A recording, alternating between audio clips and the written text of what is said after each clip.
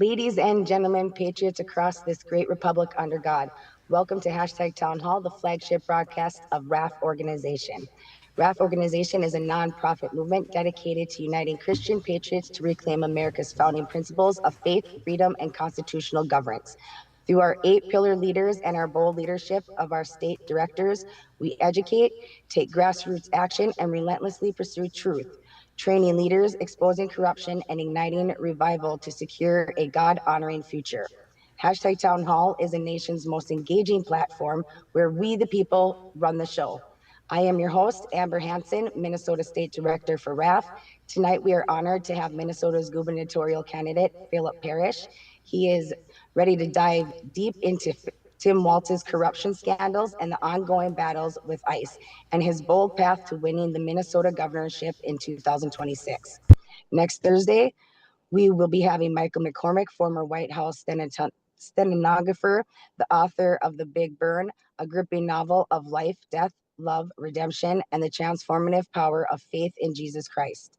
Don't forget, this Monday on Hashtag Pastor Point, they will be having Brennan Hollinsworth, a COO and CCO of Brandon Pixel Productions, creator of beloved Christian kids brands like Cube Kids, Molly's Memory Verse, A Righteous Warriors, partners with Answers for Genesis, Angel Studios, and the Focus on the Family.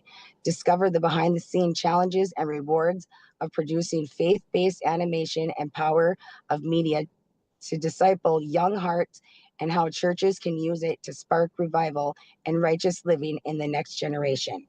Every week, our podcast starts with prayer, the Pledge of Allegiance, and the national anthem. Everyone, please bow our heads as Dr. Aaron Gray, host of Hashtags Pastor Point, leads us in prayer tonight. Thank you, Pastor Gray. Good evening, everyone. Let us pray. Heavenly Father, Lord God, we come before your throne. We thank you for all you've given us, Lord. We thank you for the very fact that we can stand here in this place, come together across this nation of ours in the manner that we can on this podcast and this to be a part of this panel, to listen, to hear, to bear witness, Father, to what you have for us today. Lord, we ask you to remind us as we listen to what is given of the word spoken here today, that our desire, our heart should always be aligned with you, should always be desiring and attuning itself to what you want for your will, for your purpose in this life, Lord, that we not seek our own benefit, our own agenda, Lord, but we are seeking what you want to have happen, what you wish to see done here and now. Lord, remind us that it is for us to have ears to hear, eyes to see, and a heart to know and understand what it is you have for us. So that's what we pray here and now, Lord, that we are humble, that we come before you meekly and gently, Father, listening to what you have given us, desiring your will to be done, following after you here and now, Lord, not what we want, not what we see, but Lord, what you say. Let that be the first and foremost thing. In the holy and precious name we pray, we all say, amen. Amen. Thank you, Pastor Gray. And now we have Rob, founding member of Red America First, will do the Pledge of Allegiance. I pledge allegiance to the flag of the United States of America and to the republic for which it stands, one nation, under God, indivisible, with liberty and justice for all. Thank you, Rob. Amber Stockhausen from South Carolina will now sing our national anthem tonight. Thank you, Amber. Thank you. Oh, say, can you see by the dawn's early light what so proudly we hailed at the twilight's last gleaming, whose broad stripes and bright stars through the perilous fight o'er the ramparts we watched were so gallantly streaming, and the rockets' red glare, the bombs bursting in air, gave proof through the night that our flag was still there. star-spangled banner yet wave o'er the land of the free and the home of the brave. Thank you, Amber. What a beautiful introduction tonight to kick off our interview with Phillip Parrish. Welcome back to Town Hall, Phillip. Is he on? There we go. Am I There on? you go. There we You're go. on. Welcome Cool. back. Yay. Good to see you. Good to Yes. see you too. It's been a minute. Yeah. I guess we could just kick it right off. Phillip, as a military veteran and with your intel experience, you've seen corruption up close. What is the most infuriating part of Tim Walz's record that's convinced you Minnesota needs a complete reset? And how do you plan to dismantle the deep state mass as your governor? Perfect. So as some of you might remember or know, I'm one of the original whistleblowers of the daycare fraud in 2017. I worked with a task force that was uncovering and exposing how the fraud mechanism, this industrial, essentially an industrial sized grift machine, thieving and grifting machine that they built more than 30 years ago, actually, with Republicans and Democrats involved. But I personally know, because of the team that I worked on, that many of my colleagues briefed Mark Dayton at the time and several Republicans about how bad the fraud was in 2017. That led to a list of relationships and things that I've done behind the scenes with a lot of wonderful people in Minnesota that do know how bad this machine they've built to steal our tax dollars. And because of our knowledge and a lot of good people that I'm going to bring with me as governor, we have a way to dismantle this criminal enterprise. And it really is a criminal enterprise.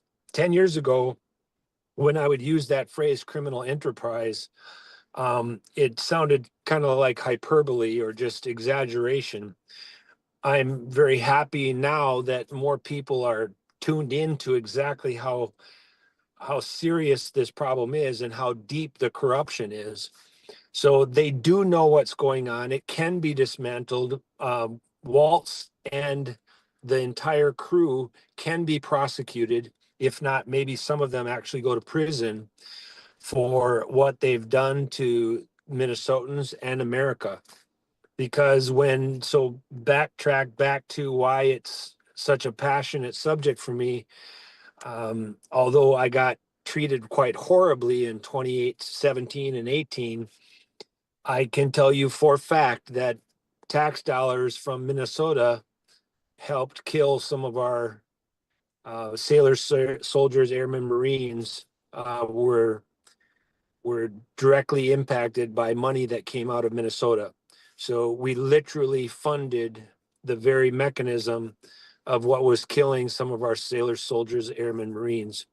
That's hard for people to hear. I understand that, but I cannot shy away from the truth.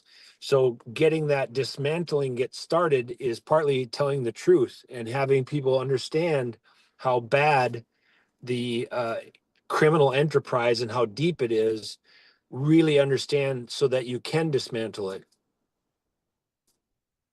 All right, thank you. Next question. All right, the chaos around ICE operations and these ongoing protests is tearing communities apart.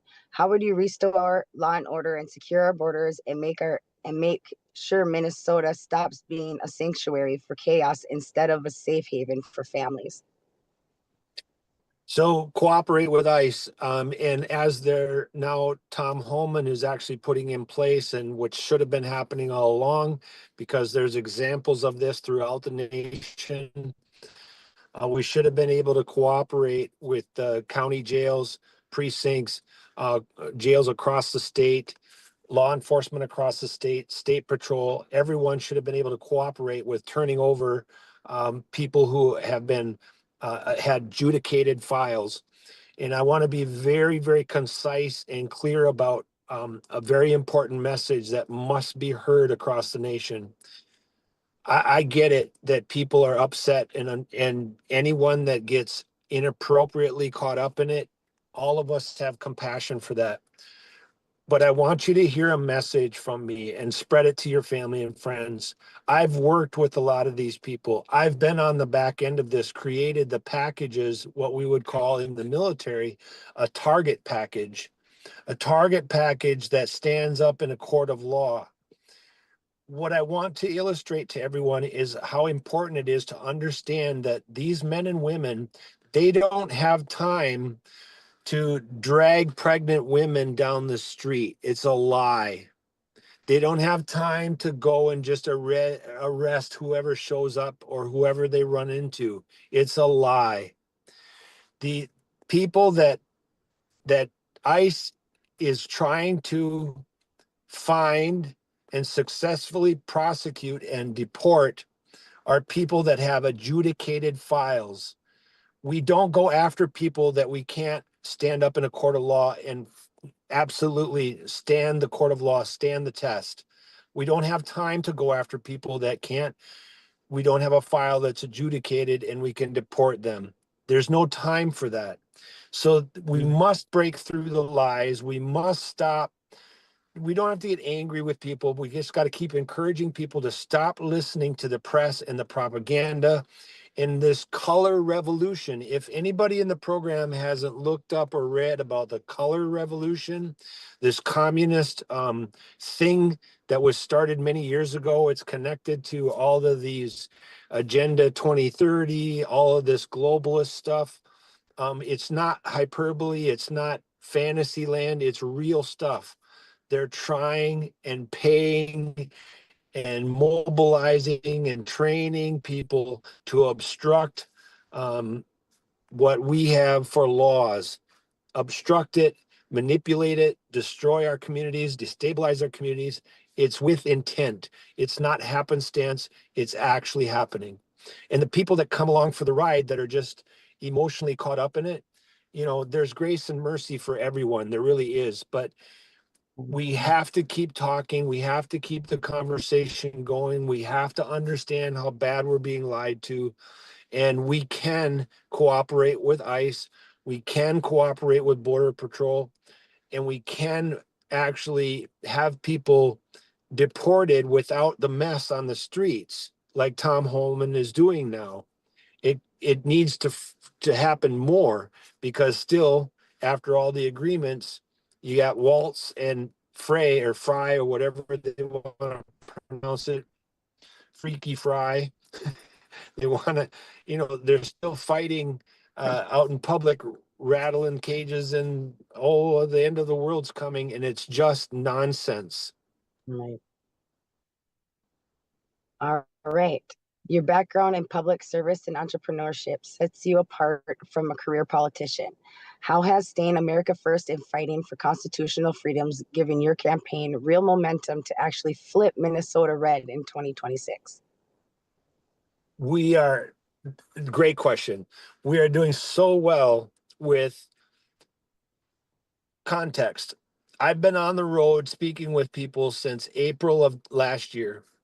We've had over 100 meetings, and a crowd from 10 or 20 to a couple hundred. We have literally spoken to 10,000 plus people. The momentum is coming from, and I tried to explain this at an event I was at tonight, but didn't have a lot of time. So this is a much better forum because more people get a chance to hear more of the story. I'm not trying to tear down people's ideas about Republicanism or Democrats. I'm trying to speak to the people. I'm trying to get out there and tell everyone 80% of Minnesotans, our momentum is coming from the 80% of Minnesotans that don't want to be labeled. They don't want to be Republican or Democrat. They don't want to be choosing sides, red versus blue, right versus left, conservative versus liberal. 80% of Minnesotans are really good, decent people. They just want to be told the truth. They just want to know right from wrong. They want to have somebody to have their back and say, this is the right thing to do, and this is the wrong thing to do. And they don't care about any of this political garbage anymore. And why I bring that up is not to tear down people, but to motivate people and get them to understand that we're listening. I'm listening, and we hear you, and we can see you and what you're going through.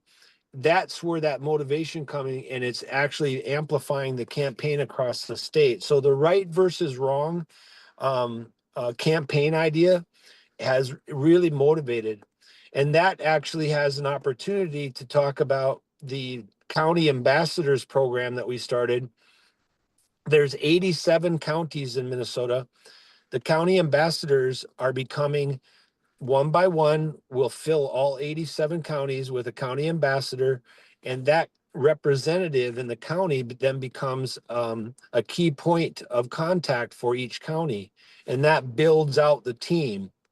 And the goal is that well before primary, so primary voting for primary in Minnesota, believe it or not, starts June 26th, and the primary is August 11th. So we only have from today, February, to June 26th before people start voting for the primary. Now, I don't know if anybody in the audience is going to, know about the endorsement convention and all the things going on with the GOP. I'm happy to answer questions about that. But I've been around this party, this organization, since I was 16 years old. And the party brand, the MNGOP, I love the people that work hard. I love the people that are really invested in helping people grow and learn. But there's a core group of people that aren't listening to the people. And they've made huge mistakes again this year. So our momentum is going to be building and building and building to get ready for the primary. We have no other choice, because some very possibly nefarious people are just simply not listening to the greater part of Minnesota. And it has to change, or nothing's going to change. True. All right. Tim Walz administration has been hit with one scandal after another, from massive fraud shams to failed leadership. Walk us through the biggest examples of corruption you have seen, that and what concrete steps you take on day one to root out and protect taxpayers. Yep. So the daycare fraud is just one example of this business model that was created for daycare, autism, housing, Medicaid, all of these areas. It's the same business model that they've used, that we pulled apart on active duty and showed people. We showed legislators exactly how they do it. They build out fake companies. They build out LLCs. The most vivid example many of you can relate to is Nick Shirley's video about these daycares that had no children and or were just empty buildings. One of the stories that came out after Nick Shirley's video is exactly the same pattern that we saw many years ago. A daycare that was closed down allegedly for violations in, I think it was October or November. And then by the end of December, reopened the same building under a different name, still no kids, still no employees, still an empty building, and got approved just by a rubber stamp. And so these activities, as hard as they are to believe, they really are happening. The autism fraud, amplified numbers of autism. Secretary, forget his name, has gone out of my head right now. Secretary of Treasury, he's doing an awesome job explaining how this autism fraud, Minnesota exploded like 300% increase in autism cases, and the basic population of children, it can't even support the concept. It's that bad. I mean, it's like taking, if you had a school of 100 children and you turned into the state a bill for 300 children, you multiplied your 100 children and turned it into 300 children. That's literally how ridiculous this is. This business model is easy to spot. It's easy to uncover. It's easy to see who's in the State Department. It's easy to see who's rubber stamping these applications and these certifications and the licensing for daycares, the licensings for home health care. Here's another one: home health care, elderly care for people that don't even exist. And they start up a company, a healthcare company, or some kind of homebound healthcare company, and never provide any services. The housing assistance program, they got the temporary U.S. attorney for Minnesota, the temporary gentleman before the one that was finally approved. They investigated for, I think, 3 weeks, and within 3 weeks, they found over 80% of the housing assistant was completely fraudulent. They just shut the entire department down. So these things can be shut down. They can be uncovered. You can go in and do basically business principles of a tripod of internal controls. And most people in any kind of business industry understand internal controls. You can't have one person have control of the approval, the checkbook, the banking accounts, one person or one group of people in charge of all of that with no checks and balances, no internal controls. It just has to stop. And it's easy to do. It just have to have the willpower to do it. All right, thanks. Last question. Well, one of the last questions before we go into state asking questions. Without Jesus, we are nothing. And your run is about more than just politics. It's about a God-honoring future for Minnesota. How has your faith fueled the fight against tyranny, and what's your message of hope to Christian patriots ready to reclaim our state through revival and righteous leadership? Perfect.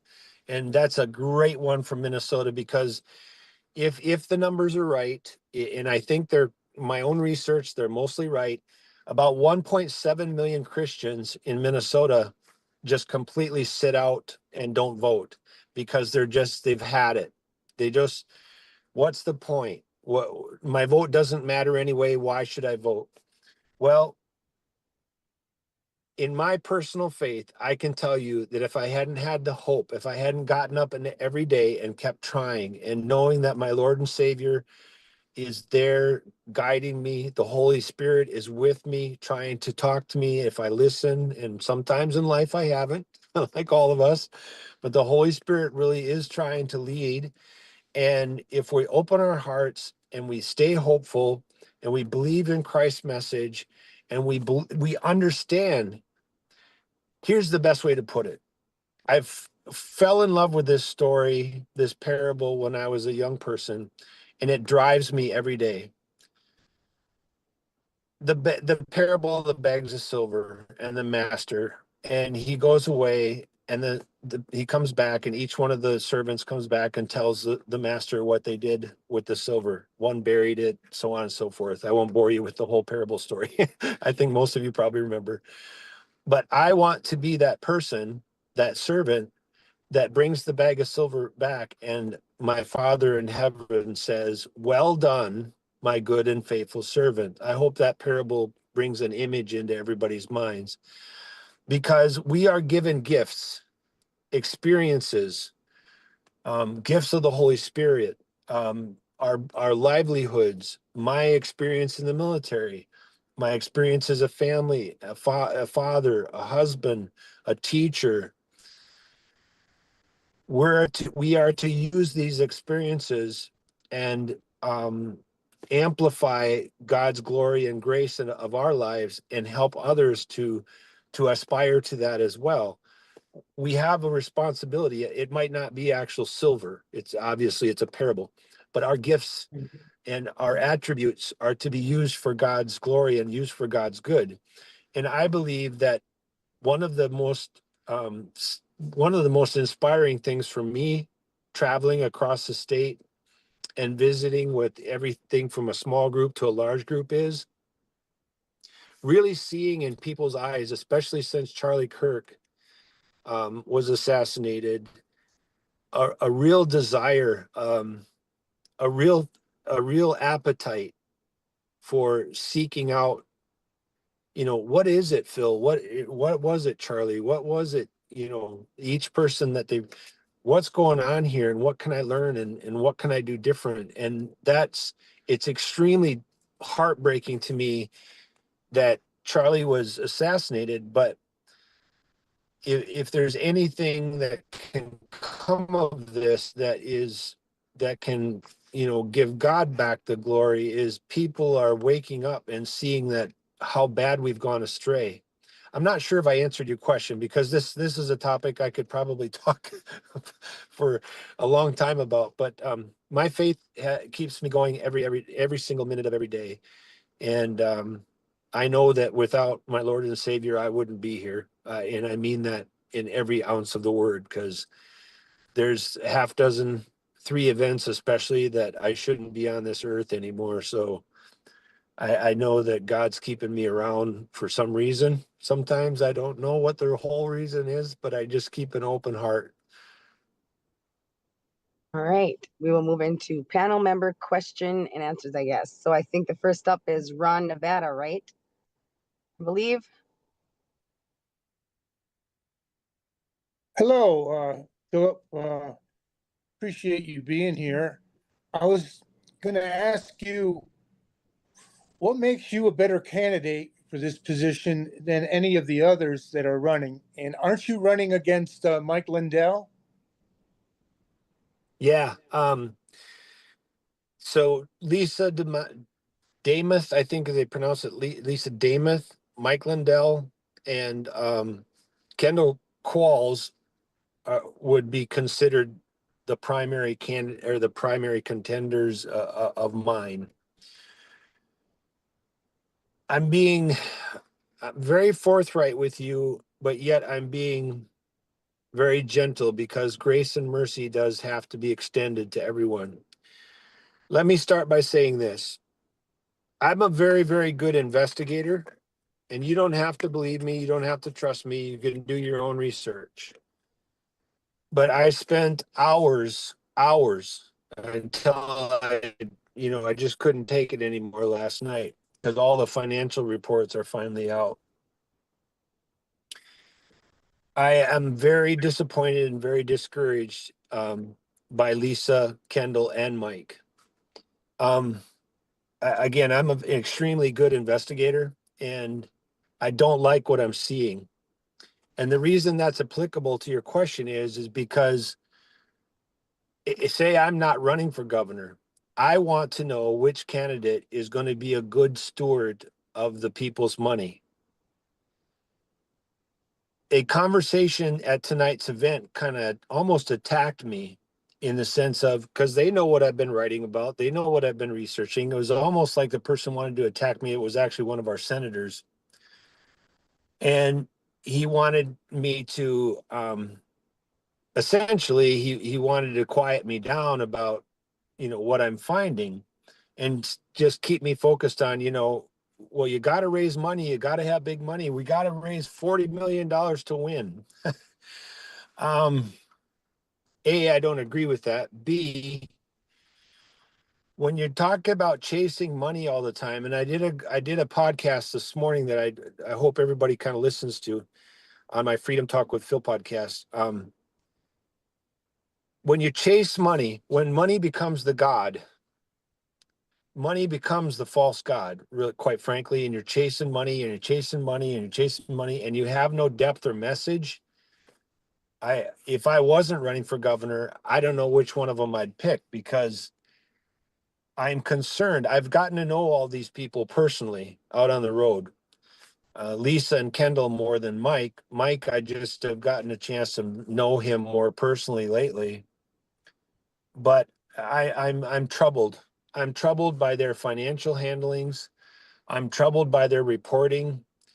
Do you know what I mean by something called pump and dump? Is that Yes. a phrase? Yes. And if you look, don't trust me, go look at the financial reports yourself. But there's a lot of pump and dump going on, and there's a lot of really interesting consultant fees of $40,000, $50,000, $150,000 in consulting fees in a short period of time that kind of come in and kind of go back out, interestingly enough, to unknown or unseen LLCs or consultants that are somewhat nameless or have a business name that you can't identify a person. That kind of behavior bothers me, and I get quite disappointed in that kind of behavior. So what makes me different? I'm the executive administrator of Divine Mercy Catholic Church and School. We run a $4.3 million organization. We just got done building a $16 million K through 5 school. Our parishioners, my staff, and the people that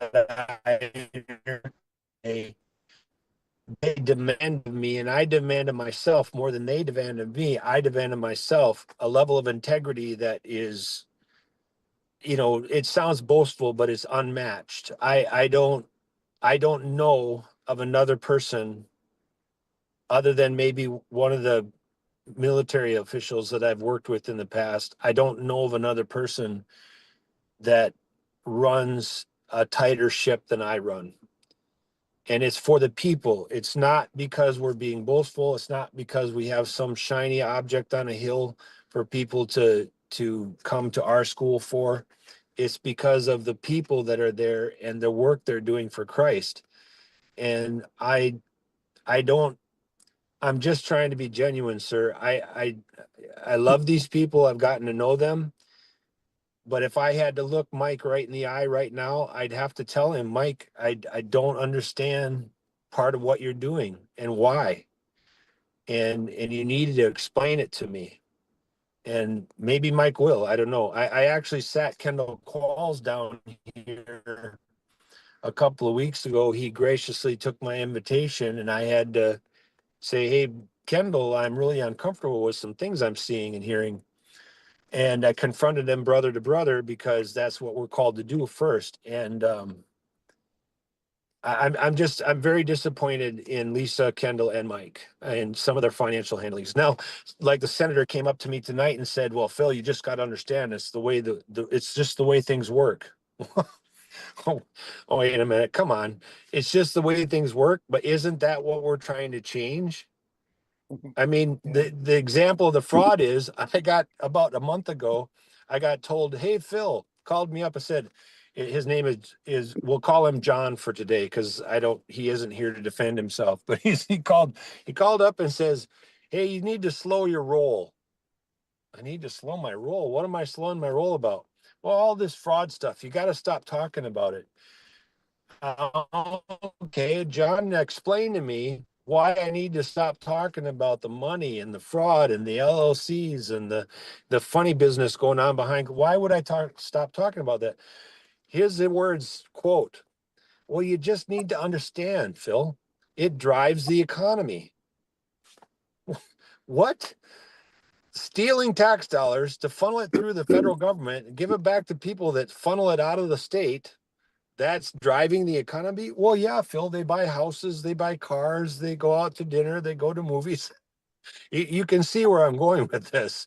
So then when somebody walks up to me and says, well, this is just the way politics work, you just need to accept the fact that they spent $2 million, nearly $2 million. And you know how many people showed up at caucuses on Tuesday? Just under 18,000 people showed up as Republicans. 18,000 out of 3.7 million voters. They spent $2 million to get 18,000 people to show up on Tuesday. Think about what that means. Do you know how much money they spent per person to get 18,000 people to show up? I mean, it's just so insanely disheartening. I just I don't know how to talk about it without, quite frankly, getting angry. I mean, it's bizarre. So I am the best candidate because I'm going to stand there with enough backbone to tell you exactly what needs to be heard. And I don't care what you think of me. I'm going to tell you the truth, and I'm going to tell you what you need to hear, not what you want to hear. All right, I think our next person is Sharon with Pennsylvania, and I think it's one question. Keep it to one question, I think, right? I think it's Sharon, Pennsylvania's next. Yes. Can you hear me? Yep. Okay. My question is, I'm in Delaware County, Pennsylvania. I'm in probably one of the most corrupt counties in the U.S. So what would you do? We have a huge problem with the retired people, 65 up, all losing their homes due to taxes. What would you do to make sure that doesn't happen? So in Pennsylvania, I can't say for sure if it's similar to Minnesota, but in Minnesota, what has happened is all of this thieving and grifting has led to the Governor Walz doing a lot of unfunded mandates and legislation that pushes down unfunded mandates. And so the counties in Minnesota have just exploded with tax increases to try and make up for all of the money that's needed for all the unfunded mandates. So in Minnesota, what we're going to do is right at the beginning of my 100-day plan is an immediate start of moratorium on all unfunded mandates. And what that will do for the counties and the school boards in all across the school districts is all these unfunded mandates will be put away, done away with. I'll make the legislators come back to the table, and they're going to be made to pull a lever, so to speak. Are we going to talk about property taxes, or are we going to talk about income tax? You're going to choose, legislators. You're not going to get both. And then we're going to gradually from there whittle down and whittle down. What state was it today? Somebody in the audience will have to help me out. There was a state today, I got a little blurb on my pop-up news feed. They completely eliminated income tax. I don't remember what state it was. I saw it pop up. It's doable. How many states in the union have no income tax? And or how many states in the union have little or no property tax? It's completely doable. And all of these unfunded mandates to make up for all the thieving and grifting is a pretty easy formula to figure out. So we can make it happen. It is realistic. And people who say it can't happen because you just got to keep the money flowing and all, they're just supporting the perpetuation of the thieving and grifting machine. And it just has to stop. All right, I think our next comes from Teresa, our pillar leader. And that was Wiggins. Mississippi, by the way. Oh, is it Mississippi? I'm out of Tennessee. Mississippi. Well, see, she says Tennessee. No, Sorry. Mississippi was the state that removed state income tax. Oh, yeah. Mississippi removed Oh. that. Thank you. Well done. Good job. Thank you. Hi, Philip. It's so refreshing to have a Christian, patriotic person, and we'll be praying for you, my husband and I. I believe you'll win, and I just want you to know I'm really, really, happy to hear that we have a Christian, and I hope we have more Christians handling this government, because my husband and I have a day a week that we pray for the leaders of our, country. So on that note, I wanted to ask you, what is the first thing that you want to do when you win?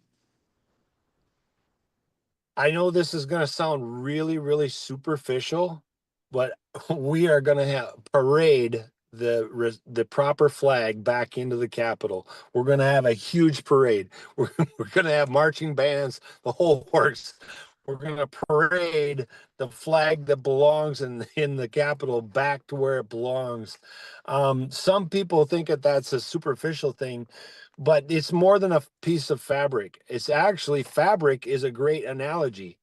Fabric, my wife's a quilter and along with being an educator. And if you've ever done any embroidery or any cross stitching and stuff like that, and you see how the fabric is woven together, that analogy is very applicable to our culture and our community and our families. That fabric of our state is meaningful. And what they did, now I understand some people are going to say, well, Phil, that's kind of conspiratory, but I hope I'm in a pleasant audience tonight. I think I am.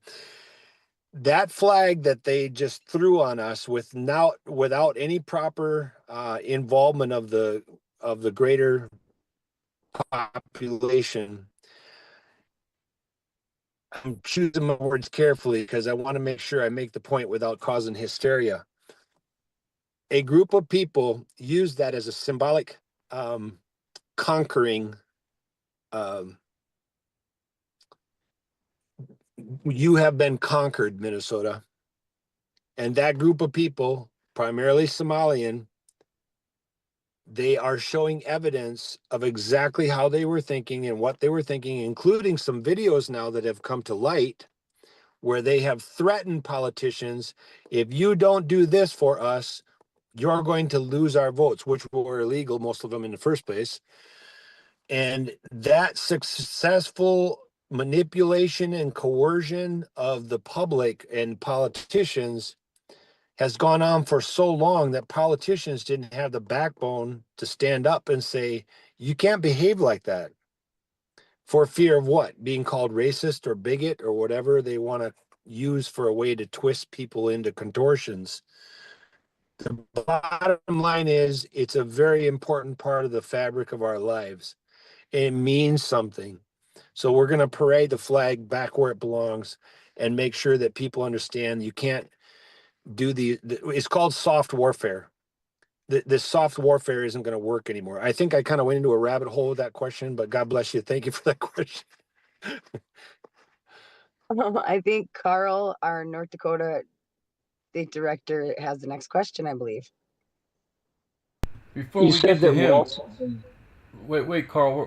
Before there's a question from the live audience. Would you back Mike or any others if they get nominated over you? Over.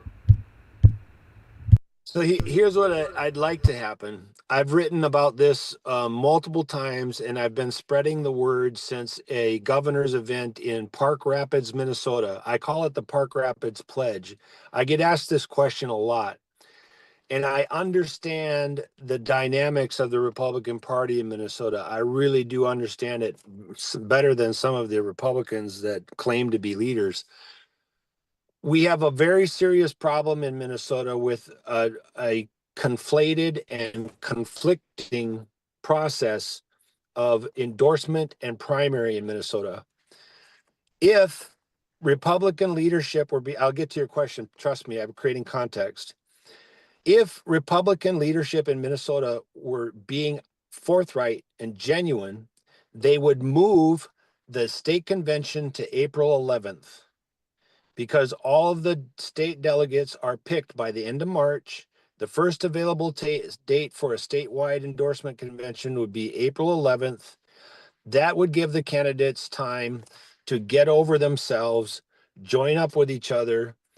Because guess what they've organized yet again for now 30 years of this mess? They scheduled a state convention right up against the filing period deadline in Minnesota for the primary. Why is that important? Because the deadline is June 2nd. You're literally going to have to run from the state convention, wait at the doorstep of the state offices on the Monday and Tuesday morning to assure that you get on the primary ballot. The reason that's important, and or why some of the nefarious actors in this end up destroying the process, is because every single time, and you can look back, you don't have to trust me, Jeff Johnson, Tim Pawlenty, and a bunch of people funneled money into Tim Pawlenty to primary Jeff Johnson. Scott Jensen, a bunch of people got up in arms behind the scenes and started funneling people into primary Scott Jensen because they weren't happy. And over and over and over again, Republicans or alleged Republicans that demand honoring the endorsement are the very people that funnel money into a primary candidate. So how are you going to unwind that and unwrap that? My idea is that two of us candidates, me and Mike, me and Kendall, me and Lisa, me and Kristen Robbins, one of us top 5, 6, 7, one of us top 2 people come together as governor and lieutenant governor and bust up this what I call a gatekeeper mess. The ones that sit there in judgment about who's electable, who's not electable. How many times, you know how, I can't tell, I wish I had $1 for every time I was told Mike Lindell's not electable. I wish I had $1 for every time I was told Lisa's not electable. I wish I had $1 for every time I was told Scott's not electable. I wish I had $1 for every time I was told I'm not electable. So all these people sit in judgment, but you guess who's left behind? 3.7 million voters are left behind with no voice. And if anyone in their right mind thinks that a state convention of 3,000 people is a representative of the greater Minnesota, sorry, the lights went out.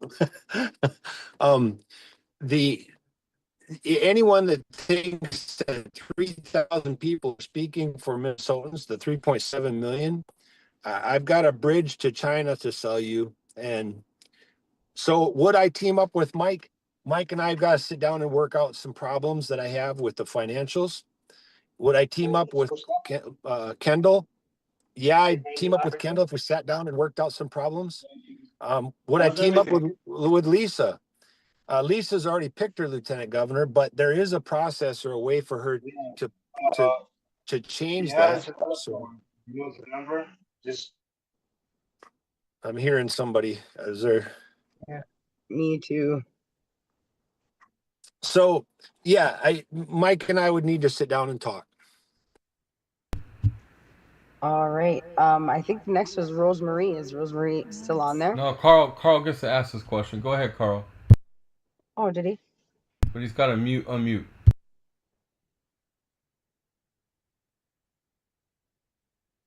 Oh, there he goes. yeah, sorry about that. My question was, as the governor, if you were elected, that's kind of like being hired by the people. So you said that Tim Walz and his co-offenders and the litany of bad actors that goes from the White House all the way back to Somalia all deserve to be, at the very least, I mean, I don't like the word punished because I don't think that that's a fair word to use, but they should be held accountable by law or to the law, to the letter of the law. Now, the problem with that is that prosecution is completely discretionary when it comes to the state and the Fed. So as the governor, that affords you an incredible amount of power in the state of Minnesota. So would you strike an iron ink, a contract with the people of Minnesota, guarantee under penalty of forfeiture of office?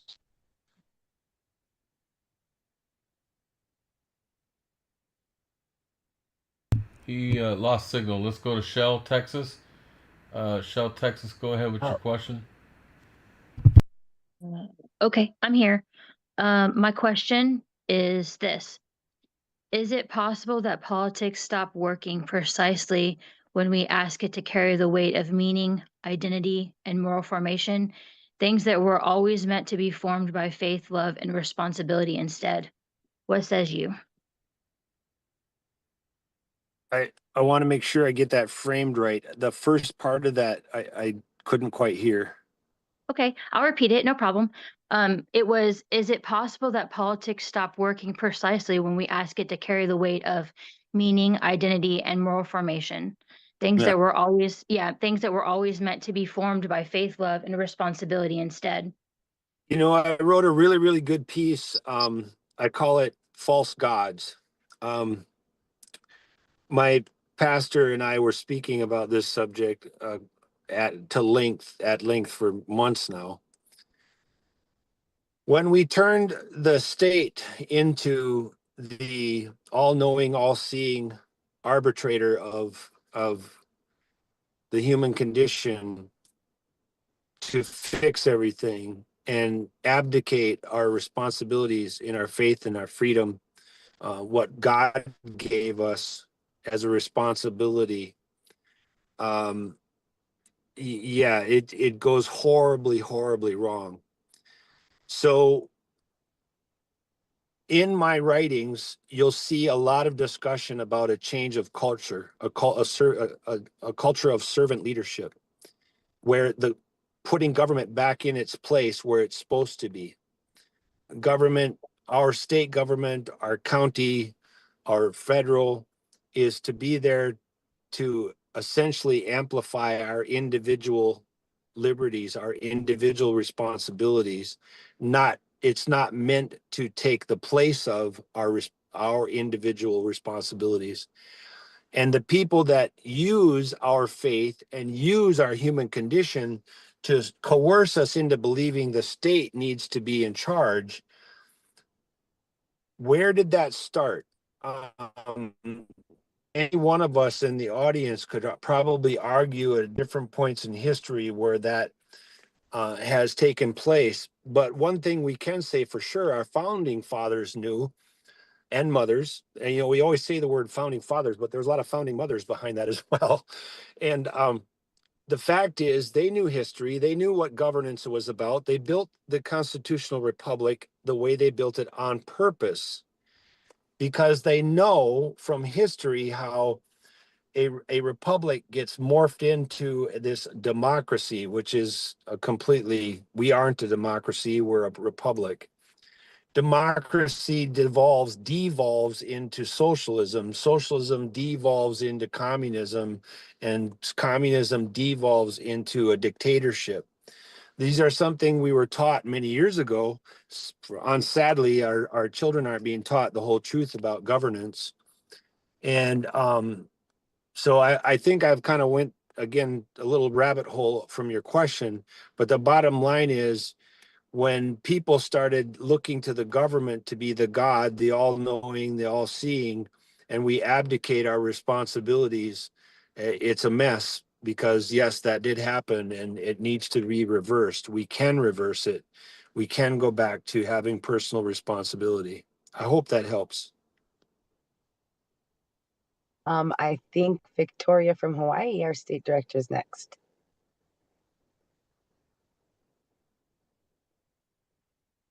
She unmute? Aloha, Phillip. Can you hear me okay? Aloha. Hey, I wish my wife was here. She lived in Hawaii for a bit. Which part? So at the time, she was married to one of my, this is kind of confusing story. Now I got to tell the context. Oh gosh. Oh goodness. So my wife, Victoria, her late husband, John Tilson, was in the Navy. So they were in military quarters. He was an intelligence officer as well. John and I had worked together many times over the years, and John passed away very tragically overseas. I did not know Vicky at the time. I knew of her because of John, and we found ourselves on base at Ash Wednesday, of all things, on base at Mass in England. We ran into each other and started talking and put two and two together. Anyway, that's awesome. There's context behind that. Oh yeah. But Victoria and her late husband had lived there because he was on active duty. Okay. I'm glad we can relate and connect. I mean, we're ocean apart, but yeah, it's still a small world. I live on Big Island, and I'm going to ask you a question that's more off the political, but also on. My question is what is your take on digital ID, and how would you use that in your campaign? Or utilize that if you're in, position? It's a very, very troubling subject, and everybody's going to have a different level of depth in this. So I'll try to summarize. I'm going to use my personal life, my personal story, to illustrate. Maybe there's positive side to this and a negative. So as a military officer, especially in the intelligence community, I don't want to scare everybody, but digital IDing people has developed far beyond what the majority of the public understands, and has already taken root and is already so pervasive in our communities, in our daily lives, that it's a little frightening. interestingly enough, I watched a few days ago, I was trying to do two things at once, and I had Mission Impossible Dead Reckoning, I think was in the background playing. And it's a Hollywood movie, but the sad but shocking truth is the capabilities we have to track and surveil people is very, very frightening.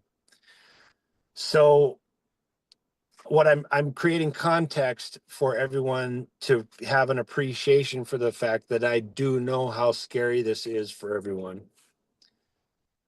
That could be the negative side of it. The positive side of it, on more of a basic level, a biometric IDing, that somebody has a fingerprint, somebody has a picture in the database in law enforcement, somebody has a social security number, you can track the fingerprint, you can track the facial ID, you can track the birth date, you can track, a basic biometric data card. That has actually been around long before any of us worried about AI and worried about digital IDs.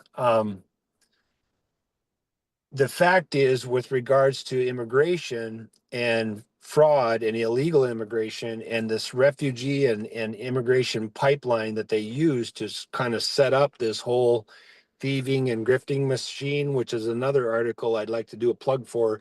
Please read my the 30-year heist, it's called.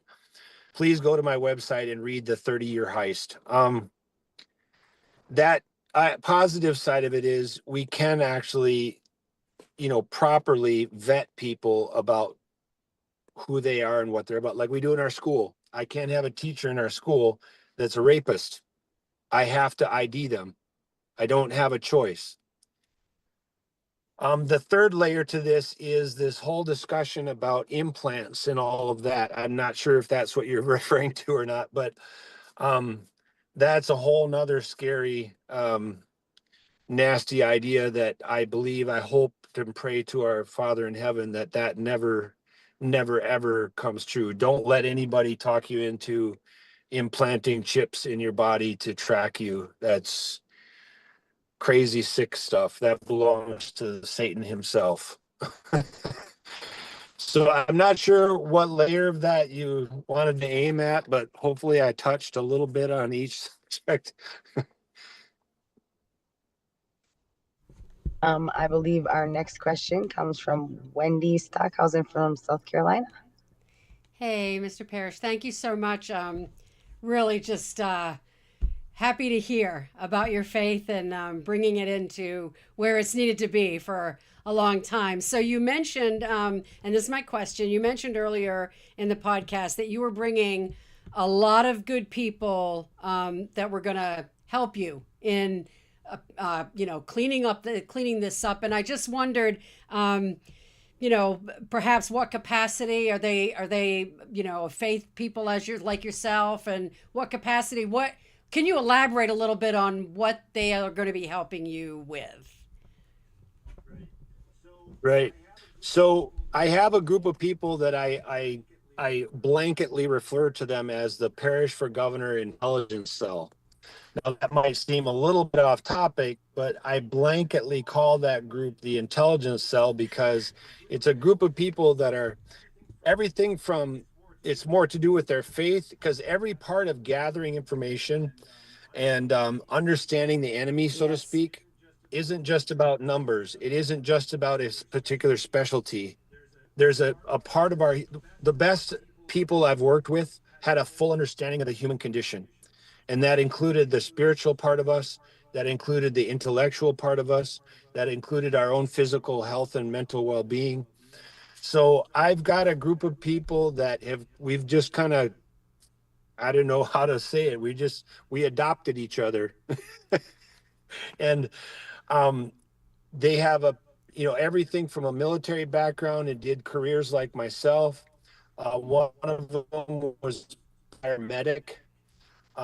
He might not actually, call himself out as a Christian in front of people, which is really quite interesting because some of the people that I have worked with over all of my life which many of you can probably relate to. They might not claim to be Christian, but they're probably the most Jesus principled people that you'll ever meet. I don't know if you that really can relate to that, but some of the people that I see in church every Sunday are probably the worst example of Jesus. I get it. And some of the people I never see in church have been some of the best examples of Christ. And so it's a great bunch of people that have particular, one of them's really good at data. One of them's really good at pulling apart the human condition and what motivates people, kind of more on that psychology end of it. Another one's really good at just being like savant at knowledge. And, and so all of these different characters blended together, I call them my parish for governor intelligence cell. And that's just one example. I've developed a lot of good relationships from everything. I've pretty much got my commissioner of the agriculture, the commissioner of education. I've got all those people, and I'll be open to interviews, and I'll be open to like sitting down with people and not just dictate who I'm going to have. But there's a lot of really good people in Minnesota that are just waiting for somebody to get, hey, I've got your back. I'd like you to do this job, and I've got your back. I'm going to be there for you if you stand up for what's right. Thank you. We'll be praying. I guess Shell has another question, I believe, from Texas. Oh, yes, I did. Hold on, let me get back to okay. My question was, what happens if what we're facing isn't a temporary deviation, but a permanent shift in where meaning and responsibility are formed? You might have to explain a little bit more. I'm losing the context. Okay. Do you want me to just repeat the question, just say it slower, or do you want me to just like go through what made me ask that question? Go ahead and say it slower, or say it again. Okay, so my question is, what happens if what we're facing right now in the government and all that, right? It isn't a temporary deviation, but a permanent shift in where meaning and responsibility are actually formed. What then? Well, yeah. I tell you, I think we've been on this path for a very long time. And we are on the verge of changing trajectory. Wow, this is a very heady philosophical piece for me that I love talking about. So I'm going to try not to bore you to tears. The human condition and the typical cycle of governance, we can all, if we stopped long enough to actually see through all the noise and all the dust, you can see over history, there's really nothing new going on. And it's the same process that all, large civilizations have had to go through repeatedly. Are we going to end up like Rome? Is it going to all be torn down? Are we going to end up like what Europe is essentially the blueprint of what's going to happen to us? We lived in Europe. A guy was overseas on active duty for a long time. We got the heck out of there. Couldn't wait to get out of there because England, for example, it is simply not the country it was 100 years ago by any measure. It has completely fallen and been conquered by a culture of just nastiness and dishonesty and wickedness that just can't even, I don't have the words to describe how terrible it is. France is the blueprint of what's going to happen to us if we don't get back to our constitutional republic. So I'm not quite sure if I'm answering your question in the sense of the context. Are we on a trajectory?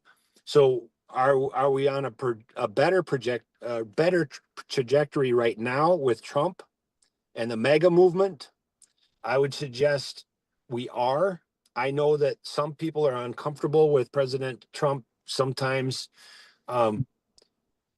can make a few people uncomfortable. Personally, I think he's a person that plays 3D chess, and he's very good at playing 3D chess. He's savant at playing 3D chess, and he's savant at getting people to expose themselves.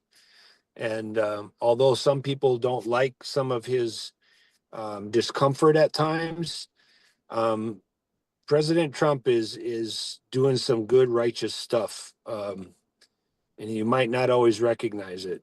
I think we're on a good trajectory to change course. If we don't, especially here in Minnesota, if we don't change course, and this color revolution that's been going on for 30 years behind closed doors, that's finally getting exposed, if we don't conquer this color revolution with some kind of what I'm calling lately in my articles as a counterinsurgency, if we don't accomplish a change in direction, Minnesota will be the start of the U.S. falling.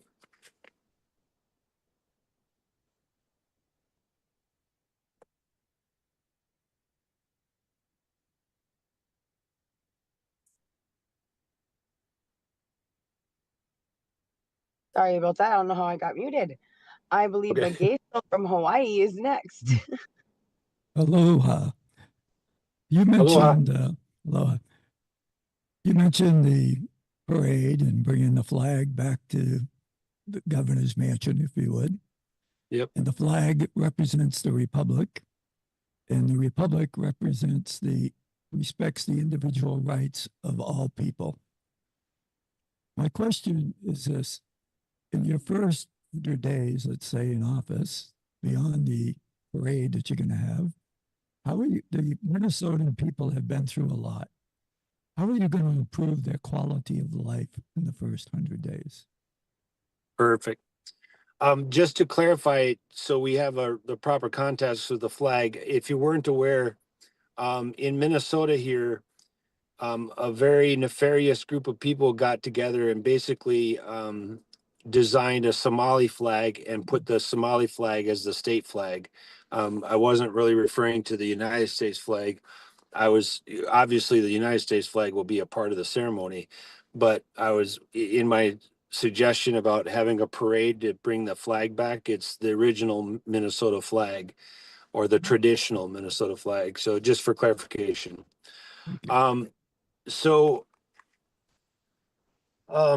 Sorry, you're gonna have to repeat.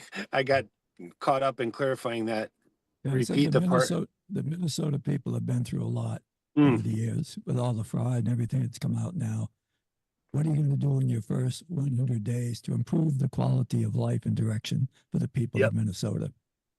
So I don't remember if I already said it with this program or the speech that I just got done with at the event, but moratorium on unfunded mandates is immediately going to happen because it has a direct impact on counties. It has a direct impact on property taxes.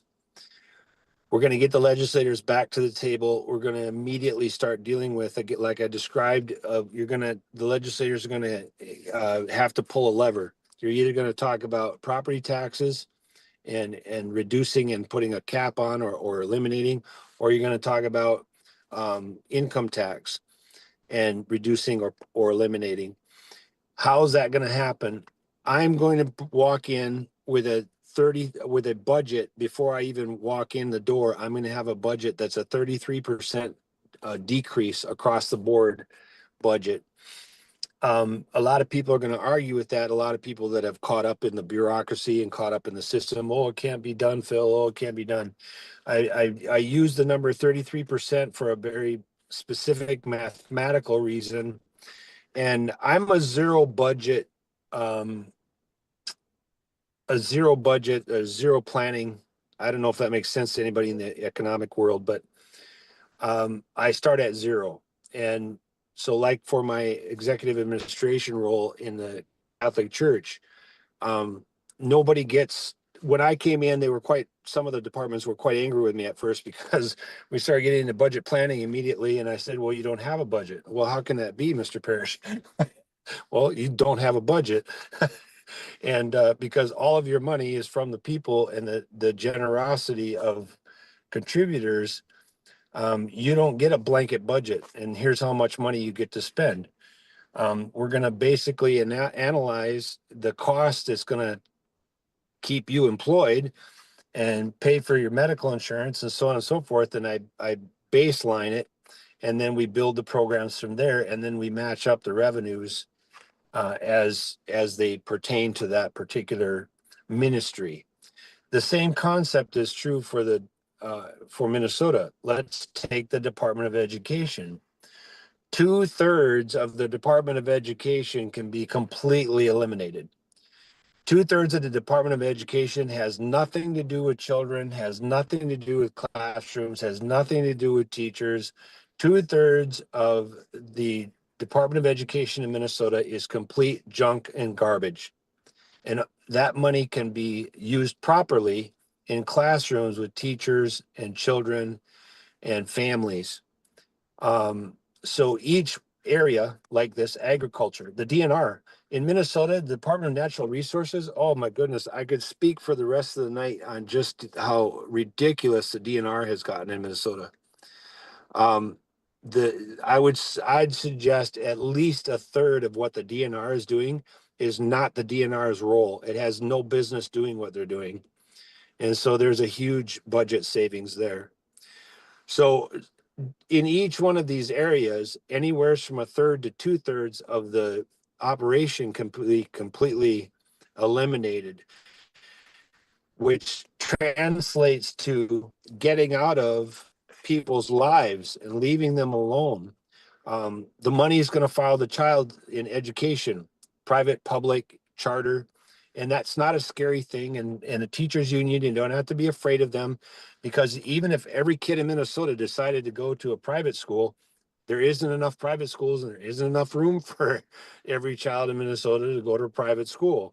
All these scary, monstrous things that people use to coerce you into keep spending the same amount of money. We can break through those lies and we can tell the people the truth. We can get the government off their back. All right. I just have one question. How was your experience tonight on Town Hall?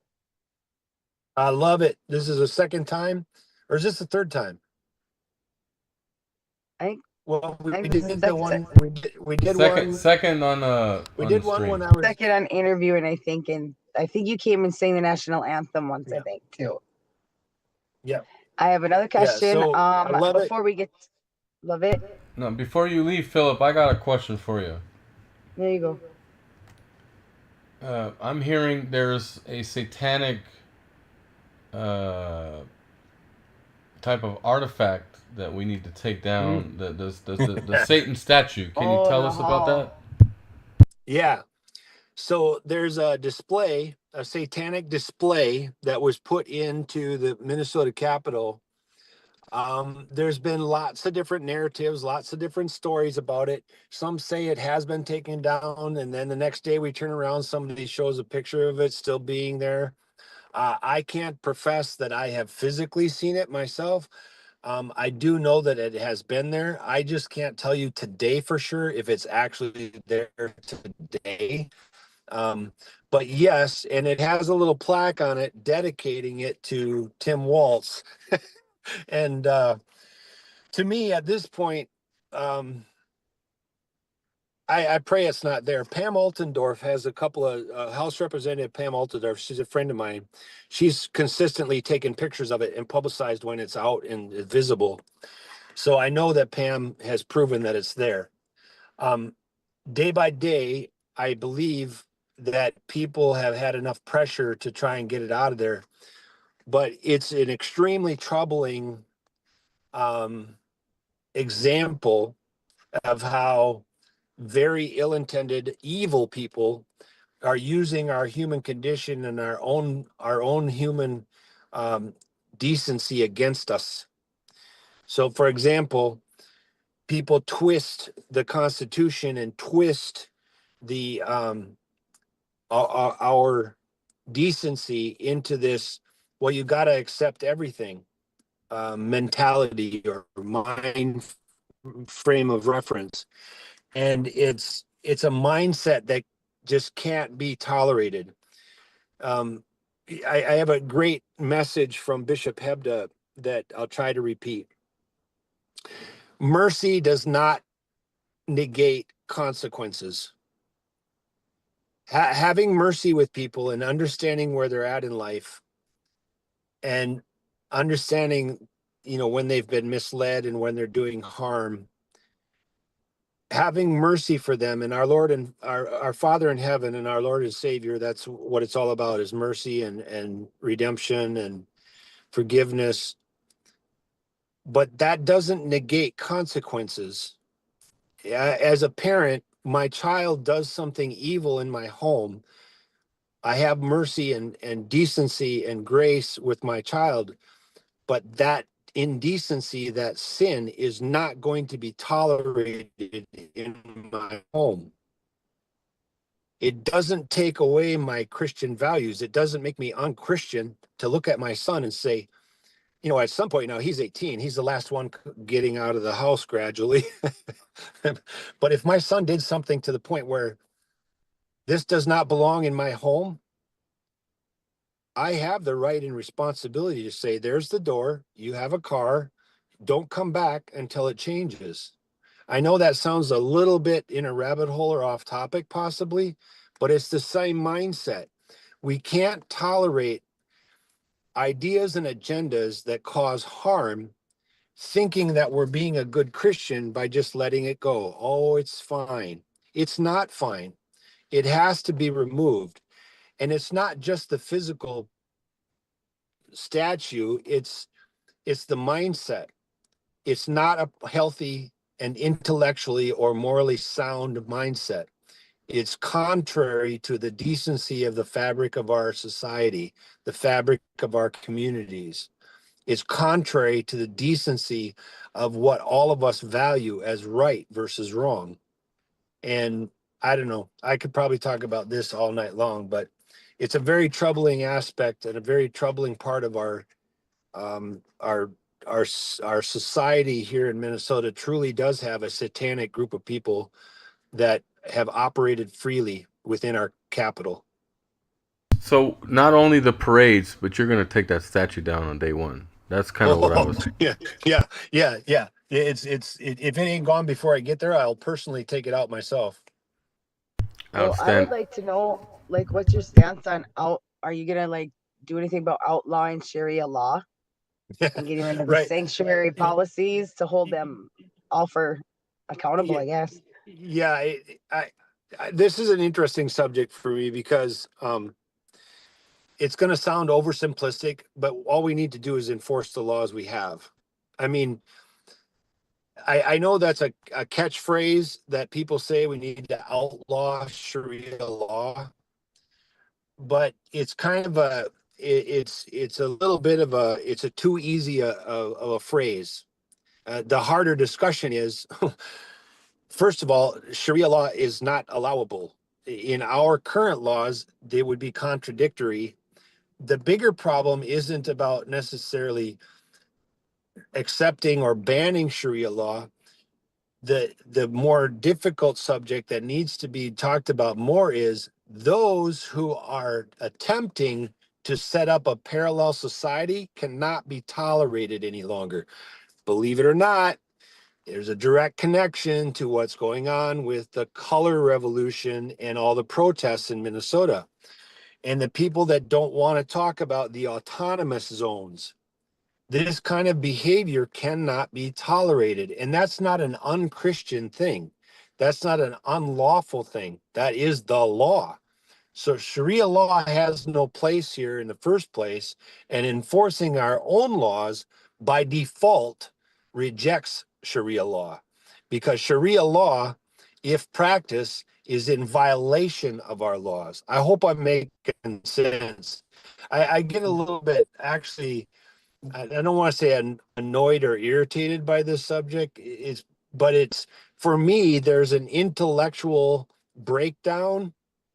I mean, it's so obvious that it's contrary to decent law that we already have in place and the laws we have in place enforcing them wouldn't allow Sharia law in the first place, because many of the practices of Sharia are in complete violation of our laws.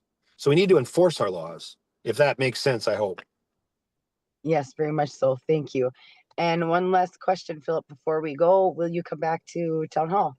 You bet. Anytime. I love you guys. You guys are amazing.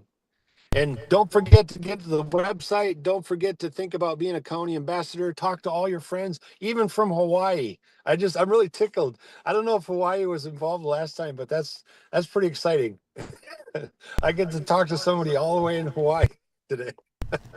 Well, we appreciate you, Mr. Parrish, and we really hope you get your polls up and get to the governor office, because we got to make some changes to Minnesota.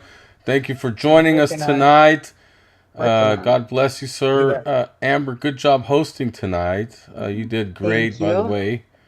We're gonna go to intel round now. So Amber, stay up here. Mr. Parrish, drive safe to your next place.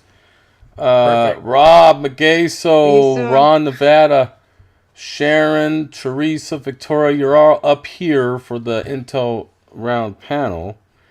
And while I unmute you guys, my dogs are walking around ready to go potty. So, Rob, Magaso, Sharon, Teresa, look at your scopes and unmute. When I come back, we're going to talk about the midterms and what we think the strategy needs to be going forward. Trump's strategy needs to change a little bit. We're going to talk about that. We know we lost 8 special elections. And uniparties flexing their muscles. But besides that, a lot of intel topics tonight. I'm going to let Rob, Ron, and Magaso, Victoria, Amber, and Teresa with Wendy Stockhausen, if she could get there. Becky, Texas, we got to work on her background. I see Derek is on, also from Texas. So we'll go to state after we touch a couple of kind of important topics. I want to open up with we're about to bomb Iran again. So in the next 12 hours or 36, somewhere in between, expect that to happen. And a lot of stories with the Epstein files. But Rob, what's the first topic of the night? I'll be back, guys. Thank you so much. Remember, pass the mic around, no more than 2 minutes. Thank you. I really wasn't thinking too far ahead here. One story. It's what do people think of the balance that we got from the ICE raids up in Minneapolis with Tom Holdman, where now they're turning over all the criminals from the jails instead of just turning them back loose. Do you think that was a good deal, or doesn't this also kind of strike you in a way where it's Trump's negotiating style? You go in and give a really hard demand, and then you turn around and take it halfway back. Teresa, you got to mute your TV. Yeah, I'm going in the other room. Okay.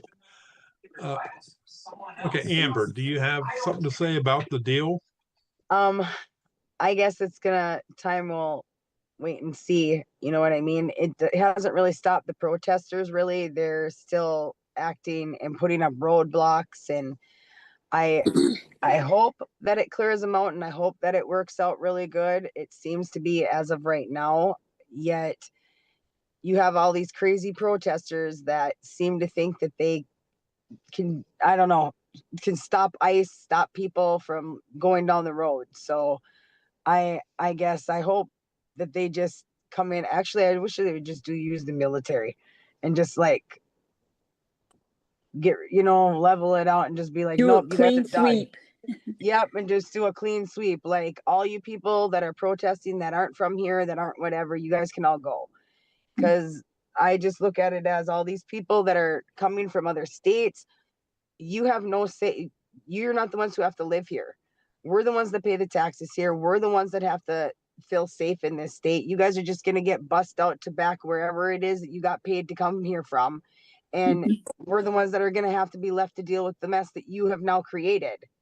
So, all I want to see is I want to see arrests. I want to see them held accountable.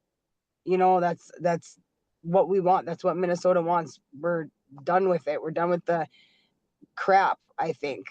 And they have no respect because they don't live there. Exactly. And like, you can't bring other people in here and then expect like them okay, so they've been here 20 years. So what if a pedophile that came in 20 years ago and he's been secretly being a pedophile for 20 years and doing who knows what? I'm sorry, go into his house and get him out of here. People don't like it, that's their problem. Then maybe they should have him live with them then, and then they'd understand. I don't know. Oh, you mean like what they did with Martha's Vineyard? Yeah. Yeah. Right. It was all fine and dandy to bring them in, but put them in my backyard and National Guard's called and they're gone. Right? It's a completely That's what different I loved story. about DeSantis. He fixed them. Same as Delaware County here. If you guys see the scars on my legs, you guys would all cry, and nobody cares here. It's pretty sick. It's really sick. Like I need another freaking surgery, and they took me off my health insurance, and now I have to get back on Medicaid because they said I don't make enough. Another surgery. But I'm not giving up on these. I'm not. Right. They're like, oh, move to another state. Nope, I'm saving my state. Yeah, if you can't fight for your home, what should you fight for? Right. Exactly. Fight for our families, our kids, and our states. Okay. Did anybody else? Teresa Wiggins, do you have any comments on this? Yeah. I'm sorry, but I think the first thing they need to do is remove that satanic sign in the, government building. That's the first thing they need to do, because that's just pure evil. Then opening the doors for all the demonic. Well, Tim Walz can go and set it on his mantle when he's like gone. Okay. All right. Thank you. This says a lot, doesn't it? That they dedicated it to Walz. They say that says a lot right there.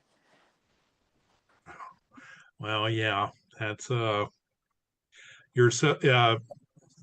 was my mother used to say, you're always as good as your friends are. So judge a person by their friends. Teresa Washington, haven't seen you for a while. Do you have any comments on? It's good to be back. It's just Thursdays are hard. I've got competing interests, and being West Coast is just 7:30 right now. So we still have kids in school and sports and so anyways, it's hard, but I join when I can, and it's great to see we have so many states represented now and lovely backgrounds. Y'all been busy. Well, it's been a while. Yes, but it's awesome. It's awesome to see the representation. Washington State, I just heard you talking, Sharon, about Pennsylvania, and I feel your pain. Washington State is almost as liberal as it gets. It's a close front runner. And, most recently they're trying to pass legislation to hide daycare data that, would bring to light a lot of scamming and fraud. But we're fighting that. They're also trying to put the screws to homeschoolers and curriculums and programs. But we had a great contingency that did go to the Capitol and fight that. So, small wins, but overall, it's just, there's a lot of evil in this state. And so it's most certainly a battle every day. But, we're not giving up and moving out as much as we'd love to. We're going to hang in there as long as we can afford to. They're trying to introduce even more property taxes beyond our local ones that have just gone up. So if we'll stay as long as we can afford to. And they don't want moms to stay at home with their kids. No, right. Especially they single moms. It's really sick. The moms need to be at home, or even the fathers, moms or dads. I know a bunch of fathers that decided to leave their jobs to stay at home with the kids during COVID to straighten themselves out so they could go back to school. Either a mom or dad needs to stay at home. It's true. Latchkey kids Until we vet all the schools. Until we vet all the schools. It's sad. I just saw a reel about a big protest in Washington. A lot of people came out to protest the government raising the taxes on everything there. Yeah, so we have a lot of tax, but we don't have a state income tax. But they make up for it in other ways, and now they're proposing to hammer down with the income tax, in addition to the sales tax, property tax, everything else. I mean, there's use taxes, there's service taxes that they're just really trying to put out the small businesses out of business. So ultimately, yeah, there's a lot going on with taxation right now, and it's tough, and you can see their end game. It's not good. Yeah, I think it's all dependent upon the government, just go day by day. Well, we have Ron, Nevada. Yeah, not good. Okay. Thank you very much, Teresa. Ron, Nevada. What's going in Nevada? Oh, what's going on in Nevada? I have to take a look at the pictures I made of what's going on. Let's see. All right. How failing negotiations could spiral into a bitter fight over the Colorado River. They are having a difficult time allocating the money, or no, not the money, the water, because it's going dry and people are starting to get nasty about wanting their water rights. Las Vegas, a new study shows that Nevada families need to earn more than $250,000 a year in order to comfortably afford childcare for 2 children. That's a lot of money. And then, equine infectious anemia is confirmed in Nye County here in Nevada. And that's not a good thing. There's a wolf alert. Residents warned to monitor pets as gray wolf is roaming through. And there are wolves here. And well, yeah, I won't go into that, but yeah. BLM conducts an emergency wild horse gathering near recent fire area. And everybody loves the wild horses, but the fact of the matter is that the land only has a certain amount of carrying capacity and water. And when the population of horses exceed the carrying capacity, then they die a slow, miserable, terrible death. So anyhow, they're going to do a horse gathering to prevent that. Inside a year of investigations targeting exploitation across northern Nevada. This is in regards to people being abducted, trafficked, human trafficking. They're doing a very in-depth analysis of what's going on here in Nevada in regards to that. And then the ICE protocol has to change, says members of Nevada's congressional delegation. And this is bipartisan. They're coming out saying that the protocol has to change about ICE. Well, if the governors and mayors would get on board, there wouldn't be a need for a change. That's my 2 cents. But Conine says nationwide immigration enforcement is causing economic disruption. So this Nevada state treasurer is basically saying that because of the enforcement, it's affecting the bottom line of Nevada money, so evidently money's more important than following the rule of law with this state treasurer. Vegas biological lab linked to illegal Chinese operation in California. The same person that owned the building in California also owned the building here in Vegas where the biological lab was found to be. Democrats nudge Nevada one step closer to hosting the first 2028 presidential primary. They've got their sights set on Nevada. They want to take it all over. Right now, we have a Democratic legislature, Democratic Secretary of State who's stopping anything to do with hand counting ballots, and a Democratic Attorney General who's got something like 40 lawsuits against Trump. And let me know when I go over my time and I'll stop. Well, you're always good at that, Ron. I haven't been keeping count. Well, okay, that's what I got. Okay, well, thank you very much. Are you able to unmute? Derek had a question, and I think Becky might have wanted to say something. No, I cannot unmute Okay. Derek. Sorry about that. Seen your hand though, Derek. That's all controlled by Ashley. So one of these days, maybe will give us the special key to be able to do that. Hey, Rob, can you hear me? Yeah, I can. Oh, okay. Yes, we can. Go ahead, Derek. I had reinstalled the app, and I think it had not gotten all the permissions to let me undo it. I want to apologize. I was feeding my dogs and such. So in response to, I think Ron had just mentioned about the bottom line on the economy, it seems funny to me because these lackeys, these in government and their established like the schools and everybody else, all the folks that are supporting these ICE riots are actually damaging the local economies in those areas by having these rioters, and this is what we should be calling them, because they are violating laws just by being out in the middle of the street, blocking traffic, blocking ability for emergency vehicles, all these different things. They're not following any of the legal means of protest.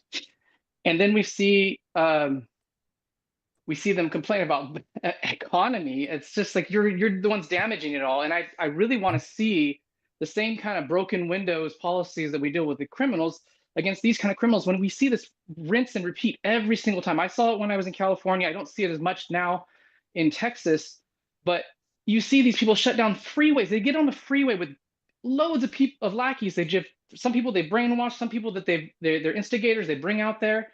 And every single time it's the same, because we allow them to push the boundaries of every single time past legal means and push it every time, farther and farther. And always they don't care if they hurt the people that they brainwashed get hurt. They don't really care about that. They want the power, they want the control, and they want a voter block that they have absolute control over.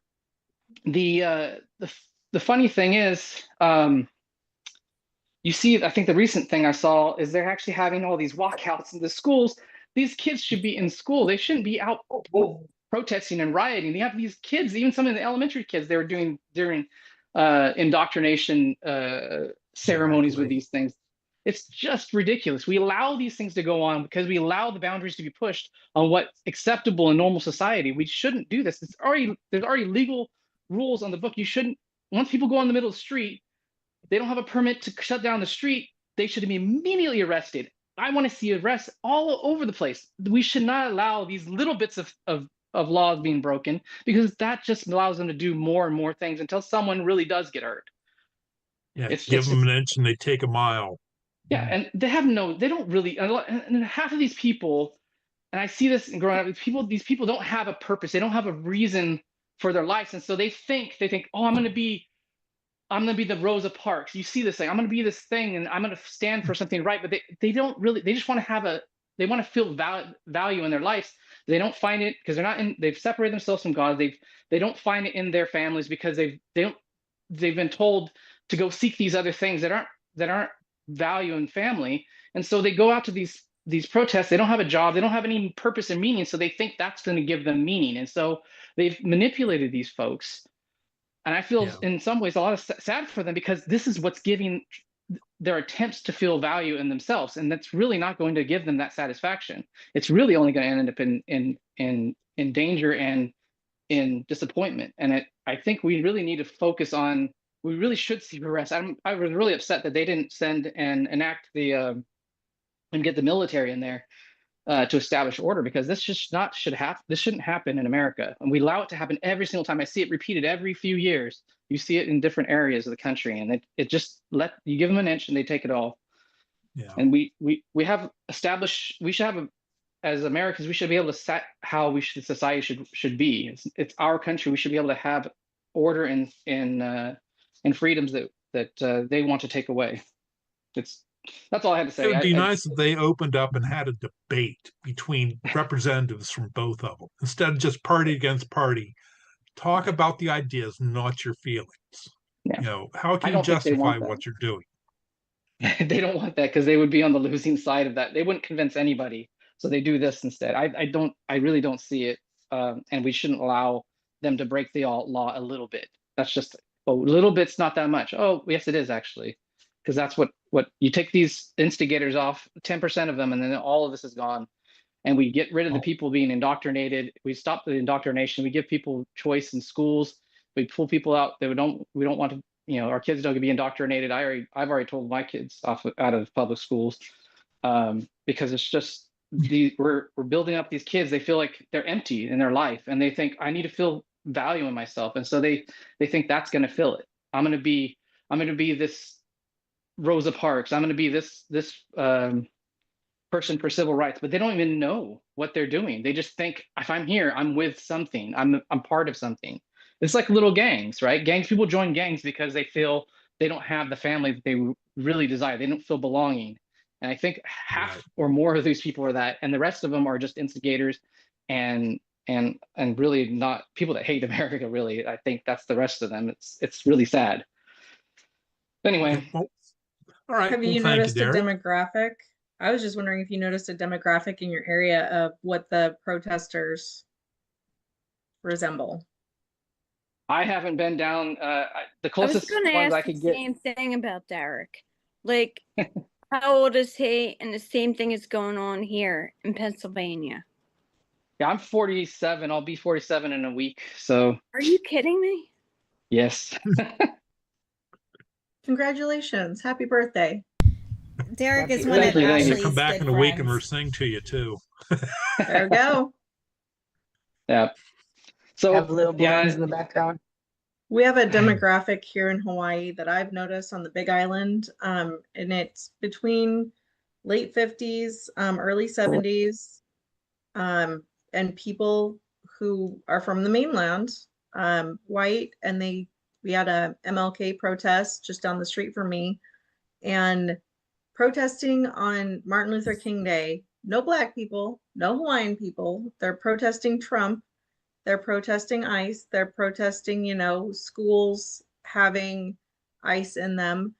And it's like, this is Martin Luther King Day. And you're out here at the side of the road. And mind you, there was a mass of probably at least 200 people. At least. And they've had to put up signs. And this is near where I live in that strip. So people won't park on the side of the road. So these people now are parking in parking lots and walking and causing traffic disruptions. I did do like a feed on it, but the majority of them seem to be people who've moved here, bought real estate, and have retired. And I don't think they're really that educated on different viewpoints or locally involved, because my take on it was if you have this much energy to put into protesting, what are you putting into your community? Are you feeding your homeless? Are you helping the people down at the beach who are in tent? Who's giving them the money? Are they even getting paid? If they're retired, who cares? If they're retired, they don't need money. Oh, you'd be Hawaii surprised. Retired indivisible. people need money all the time. Especially with our cost of living. Has anyone, Mm. ever tried to just go to one of those protests, find out who's funding it, who's the wizard behind the screen? You can go online. There's Because a lot of- usually when they're trying to recruit or get you into a mindset, of course you would, Victoria, but do you go and get You pamphlets guys from could them? look to see what I did too. In Ardmore, Pennsylvania. Like look on like Facebook and Instagram and stuff like that. You could see what I exposed. My pop-up had a tiny little store and he came here from Italy with nothing. And these people screwed up our whole town. And you can see what I said on you could probably look me up. And it's probably pretty sad because it's looking like it's all small people exposing these people. And it is. For me, we have people on the islands, Oahu. We have some friends who've gone down and asked them. They're very blunt and to the point. Me, by myself? No, I won't go down by myself. But I do my digging online. So I know Indivisible Hawaii has been organizing and they did No Kings too. Yeah. So it's like, that was here too. That's who's posting those. That's who's organizing. So I mean, and my thing, God first, God bless America, is I don't care what color you are, as long as your voice counts and you're supporting your community. If you have time to go down and picket and hold a sign, great. But we have people down here who are hungry, who don't have a house to live in. Are you helping them? And they're on the street in the cold here in Pennsylvania. And it's been getting cold here at night too. Really, so it's really bad. Rob, It is, especially in the winter. Hello, Rob. Aloha, Ken. Okay, I'm back for a reason. And I've been listening, and God bless you all. I'm just here because I do care for you all. But please, we all need to focus on one thing. I keep reminding we, the people of this nation. Head of the snake is the money. As Jesus said, love of money is the root cause of it. We are distracted by these criminals in Washington's uni party. We have been captured since 1913. Please, let's come to the reality. Who is funding home? Both sides are funded by the same criminal global corporations. Okay. Oh yeah, we know. All the money transferred from us to these people. But that's why we support community, because but we are not becoming a community. The sorry state, maybe in Hawaii, actually, yes, we are. But in certain places, I could agree. But overall, this country is fragmented so badly. Okay. Now it is. But the Federal Reserve is saying the same thing. K-shaped economy. We should understand what K is. Top 10% of the people took all the wealth. The rest is gone. Okay. What is the solution? Okay, let's go to the founding principle, the revolution this country had. Taxation is theft without representation. Taxation. Okay, please, 1 second. We had zero income tax till 1912 by the federal government. There is a debate that everyone needs to refresh themselves today in this country, Hamilton versus Jefferson. That is where you will find your solutions, because Jefferson had a lot of wealth, but he was taken down by the bankers and he was broke as a president, lived by selling books, if you go and study history. So he warned the nation on two fronts. He was against the money changers. He said this banking should not be allowed. Then he gave the more power to the states under nullification in the end when the Union, Virginia was the last one to join. Now, the problem that we face, zero income tax, and this tariff thing was implemented at that time. So the Federal Reserve can only tariff for its budget for the defense of the country. That's what's all given. Okay, the postal. The rest was given to the states. Okay. How did we end up with the centralized power which Thomas Jefferson warned that this 20-mile radius will eat you alive if you allow? Then go to Eisenhower on the military-industrial complex. Go to the 1770 Constitution again. It will tell you, you shall not wage war unless you're attacked. We were never attacked. I can prove it. It's all false flags created by the criminal syndicate in Washington to get us involved, to make us bankrupt, suck our money dry. You have $1 trillion for military budget today. You should know where your money is going. We are already $2 trillion. Actually, Ken, we haven't passed a budget in so long. We don't have a budget for military. I was going to say, the people who know. And I mean, the people who are like, you're on point, Ken. You are. Like, it's already happening. It's already been happening. And it's kind of like the majority of the people who aren't awake and who don't understand what is going to be the implication from that. And it kind of takes me back to what Becky was talking about earlier, like the trajectory that we're on, and you of all people can see this, and you know the trajectory because you know the history. What is our trajectory? And if we keep on the trajectory, if we don't have a shift, what then? What do we do then? And well, really, we're having a shift right now during the Trump administration. That is the shift that is now happening, don't you think? I mean, compared to the previous administration, there is a shift happening. Sure, hope so. Really, the thing is, Trump is not pointing it out, what he's doing. I mean, we don't, we only hear a little bit. It's all show. Until people start going to jail for what they've done illegally, I don't care whose side. I want them in jail. It's like for fraud. Fraud is fraud. It doesn't matter if you're still 100 or 100 million. I want them treated the same. And I believe it was OMG, O'Keefe Media Group. They were talking to they got an FBI agent, and he says basically nobody's going to jail with the daycare, what's going about there. Because both parties, those in control, are all getting paid off. I want somebody in jail. I want their wealth taken. I want them slapped in irons. And if they're illegal, take all their money and export them.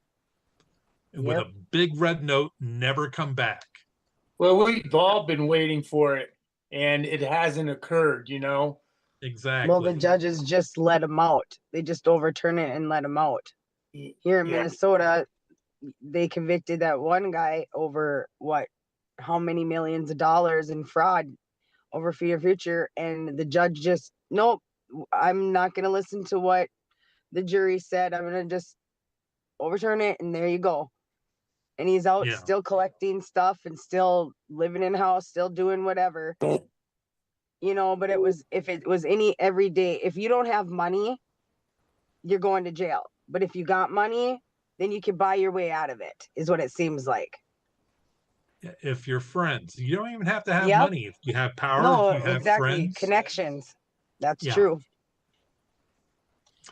McGay, speaking of corruption, not you, sir, but do you have anything to put in all this corruption that's been going on? Yeah, Amber hit the nail on the head. It's the judges. Until you get rid of the judges, we can't solve your problem, Rob, because the judges are just going to let them out. Now, these judges are all appointed. They're all part of the corruption. So I'm going to get back to your original question because we're can you tweak your mic a little bit, McGay? And you asked about Minnesota. So Minnesota was having the. Can you tweak your mic, McGay? So it's a little messed up. How so? How is that better? Is that better? A little bit better, but it's still kind of faint there, McGay. Faint? Is that better? I don't know what you're talking about in terms of Is it better now? It's just you're really muffled. I would just like unplug it and plug it back in or something. Okay. It's bad. We'll get rid of it. Maybe get a megaphone. Oh.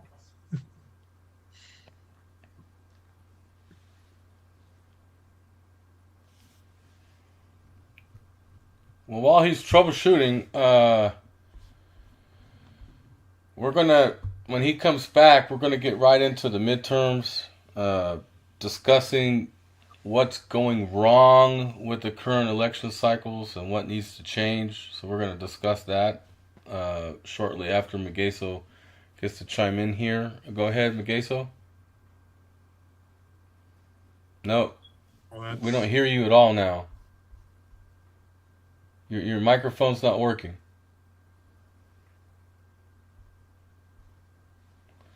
Okay. Ron, what's going on in Nevada? I already went through that.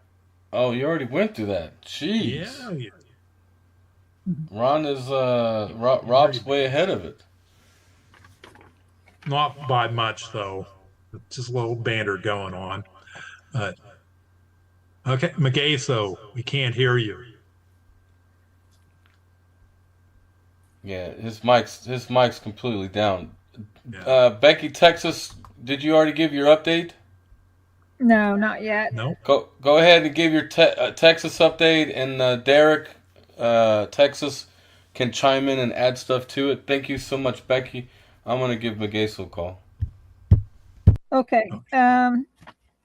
I've been on the vetting committee because our primary starts in about a week and a half, and then early voting goes for 2 weeks. The biggest question they tell us when we're vetting is who is the most conservative and also the most electable against their Democratic opponent. So with that in mind, it was really tough, I'll say, because in the first place, it's been really rushed because the supervisor who put out the questionnaire for all the candidates suddenly had to move. And so she was trying to deal with that and do all this questionnaire stuff. So not all the candidates even turned in a questionnaire. And then all the people that she asked to do the vetting of the questionnaires didn't respond. So apparently 10 of us responded. But the good news is, to me, it looks like John Cornyn probably doesn't have a chance. Ken Paxton's got him beat by our vetting. You know, we're just a small part of our county, you know, and then our county is just a small part of Texas. But that's the way it's looking. Some of the reasons there's this guy from Venezuela. He's the chief of national intelligence. His name is Hugo Carvajal or something like that.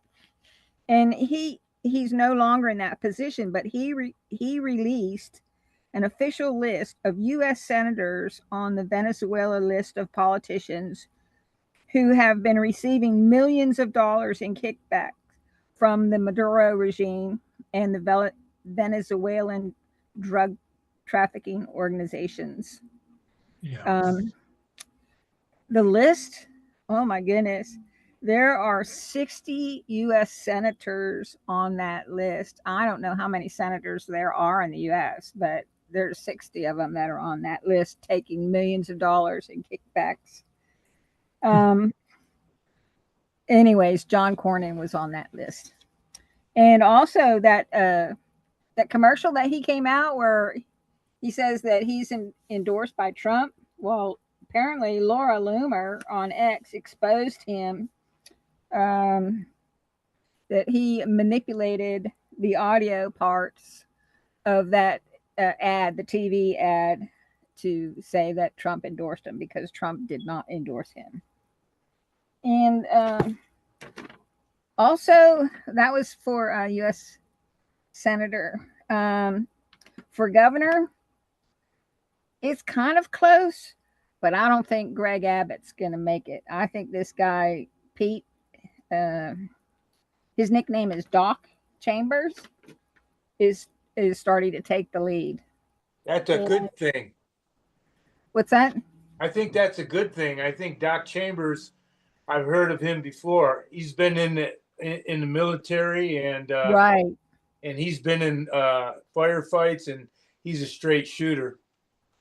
Yeah, I watched an hour-long interview of his, and I was pretty impressed. So I support him.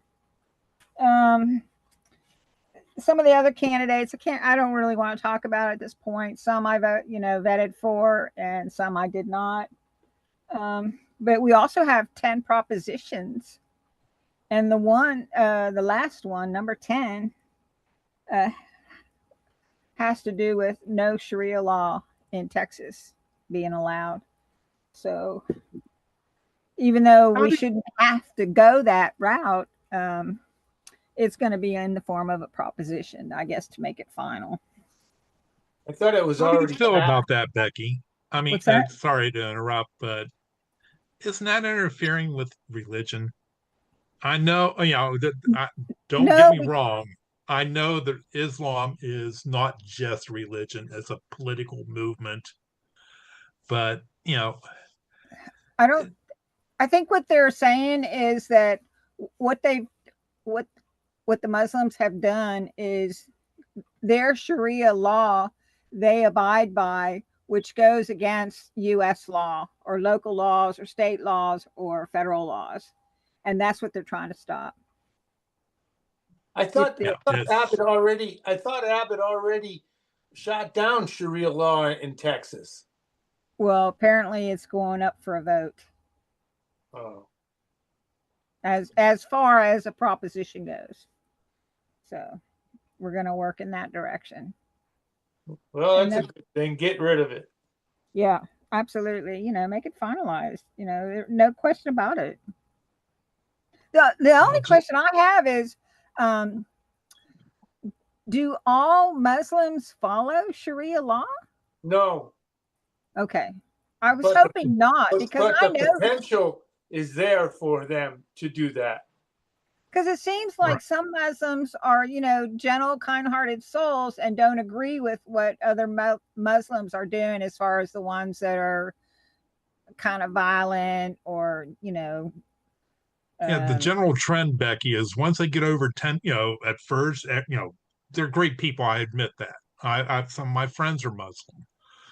But when they get over like 10 to 12% of the population, they start demanding more rights, and it continues. And right now, they are the fastest growing religion, not just from converts, but through babies in America. Right, they're populating. When they get over 15%, that's where even the what we'd call the Muslims we can get along with, they have to conform to the extremists or be killed. Okay. And that's I can understand that. and the Muslim belief is kill the infidel. Well, Christians, Jews, Hindus, anyone that isn't Muslim is an infidel. And that's where things go horribly wrong. Yeah, I remember hearing a story about that, where that guy walked into that convenience store and said, hey, by law, you can sell this, this, and this, but we do not allow it. And if you continue, we're just going to stand outside and protest and shut you down. I don't remember where that was, but I remember that story. But I'm done. Thank you. All right. Thank you. Okay. Magaso, do you have your voice on yet? Was there another guy from Texas, Derek, that was supposed to say something? Well, Derek was on earlier. Unless you have something to add politically there, Derek. Is Derek still there? I don't see him. Well, let's get Magaso back into chiming in if... Yeah, Derek's gone already. So, Magaso, let's test your mic. Let's unmute you. Okay. How does that sound? How does that sound? You sound better. That better? Yeah. I don't know where we're at on the topics because I shut down and came back in. But I was talking about Minnesota. And Minnesota, when Tom Holman came in, that's when they started following what they should have been following from the beginning. The police working with the federal agents. Before that, when they had the protests, which were highly visible, no one was really seeing that over 3,000 illegals were arrested and deported from Minnesota. Tom Holman comes in because Governor Walz and Mayor Fry are now deep into the fraud at the point they're being investigated and possibly ready to be arrested. So now they wanted to play games. Now they don't want to play games. They want Tom Holman, who received a medal from Barack Obama for his immigration policies that were far worse than what Trump has done so far. So now they want to play ball because they want to make deals. So now, after those deals are being made, or with Tom Holman there, you now see people in the streets stopping vehicles, asking for identification, right? Which is against the law, against the very thing they protest, looking for ID and then doxing them if they feel that they're ICE vehicles or ICE agents. This is the beginning of the end, if you would. You got the Georgia elections now. That's moving to Arizona, moving to California. Enjoy the show. This is a big show going on. So you might as well get your popcorn because the left, the far, the deep state is scrambling.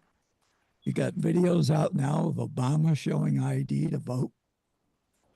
Biden showing his ID to vote. Well, they're pretty well known. They had to show ID. Voter ID is coming. Paper ballots only is coming.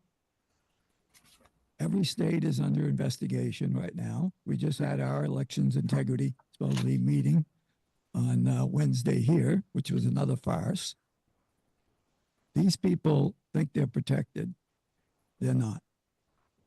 The game is over for the attorney generals of these states, the governors, the mayors, sanctuary cities. It's all being shut down slowly right now. So I'm fine with what's going on. But Minnesota is the case that everybody had to see, had to watch. And now they see what's really taking place and how the American people have been enslaved way before what Ken said in 1913. We've been enslaved since 1861 when they overthrew the republic and turned it into a corporation. Mm-hmm. And actually, it started almost in 1777 with the color revolution, because when England saw the patriots, if you would, gain their freedom, they did not want that to happen in any other country around the world. And that's when they started doing uprisings in cities, racism, all the things you hear today. That playbook started way back, almost at the time of the revolution, shortly after. It's nothing new. So enjoy the show. I yield. I do want to talk. Thank you, McGay. So it's good hearing your mic got back online there. Now let's talk about the 2026 midterms. I'm going to try to rattle your guys' cages because here's why. I'm going to preface with this. As election data guy, before I got into RAF, every midterm, Republicans don't come to vote like they do in presidential election cycles. So we already have a numbers game problem just because of that. Okay. Second, we all love Trump. Okay. But in recent months, the whole Minnesota thing, as McGaysel pointed out, there's a lot of good things coming out of it. But I'm going to point out some bad things that came out with it in relation to how it's going to hurt us in the midterms. One, I love our president, but he has respectfully, he has an ego problem. Okay, he does. And what I would suggest to Trump is immediately we have to change our game. First of all, we have to do whatever we can to mitigate the left and the radical left from coming out of their home. Okay? How do we do that? Well, we don't allow false flags to happen. We don't shoot Americans, even all this stuff, right? So I would tell Trump this. We have 26 states that are cooperating with the federal government. Those 26 states, they're changing their voter rolls, right? This is the election integrity piece, and Dr. Frank's got a list, and I'm trying to get Rosemary to put it in our magazine this month.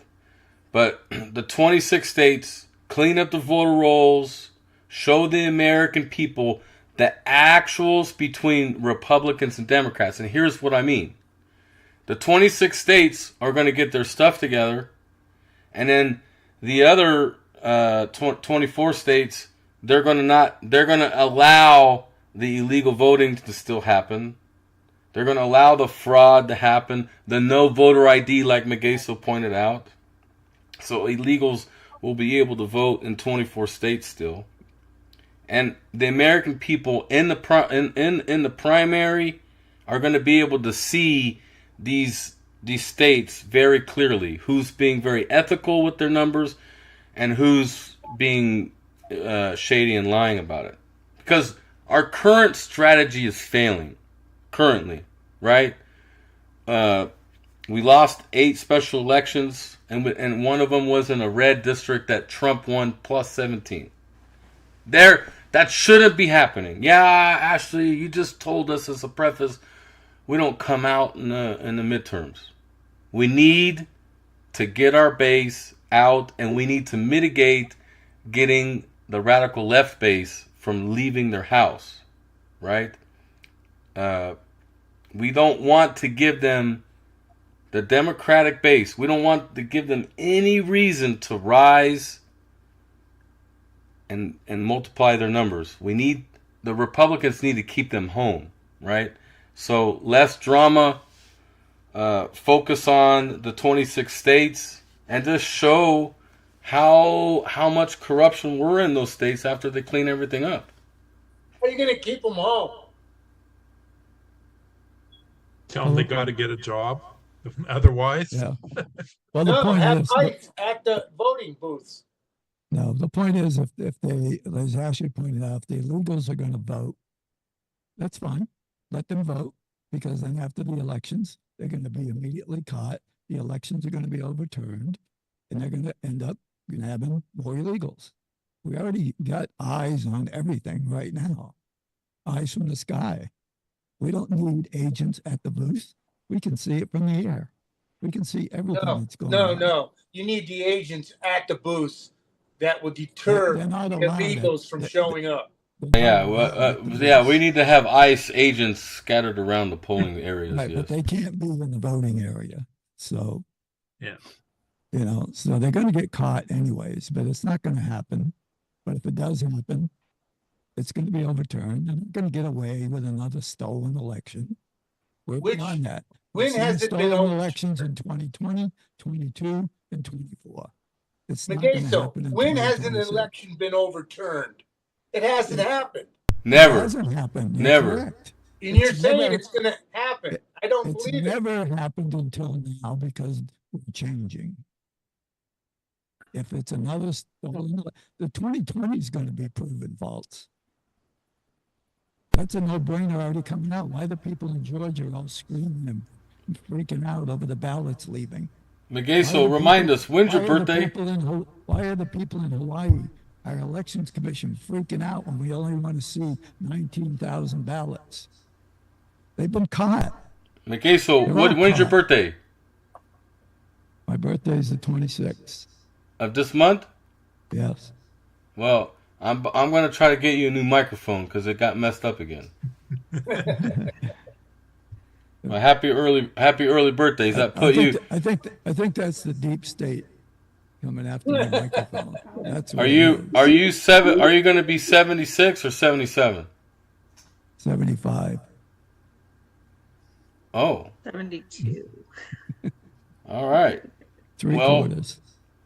Ken's got his hand up. Ken, I love you, brother. We don't need to get yelled at, okay? So Ken, you promise you're going to talk to me in a nice manner? I already know he's going to bring up the financial collapse, but before he does, I'm going to unmute him. But I kind of want to ask you guys a serious question. From all your connections, do you feel like a financial reset is around the corner?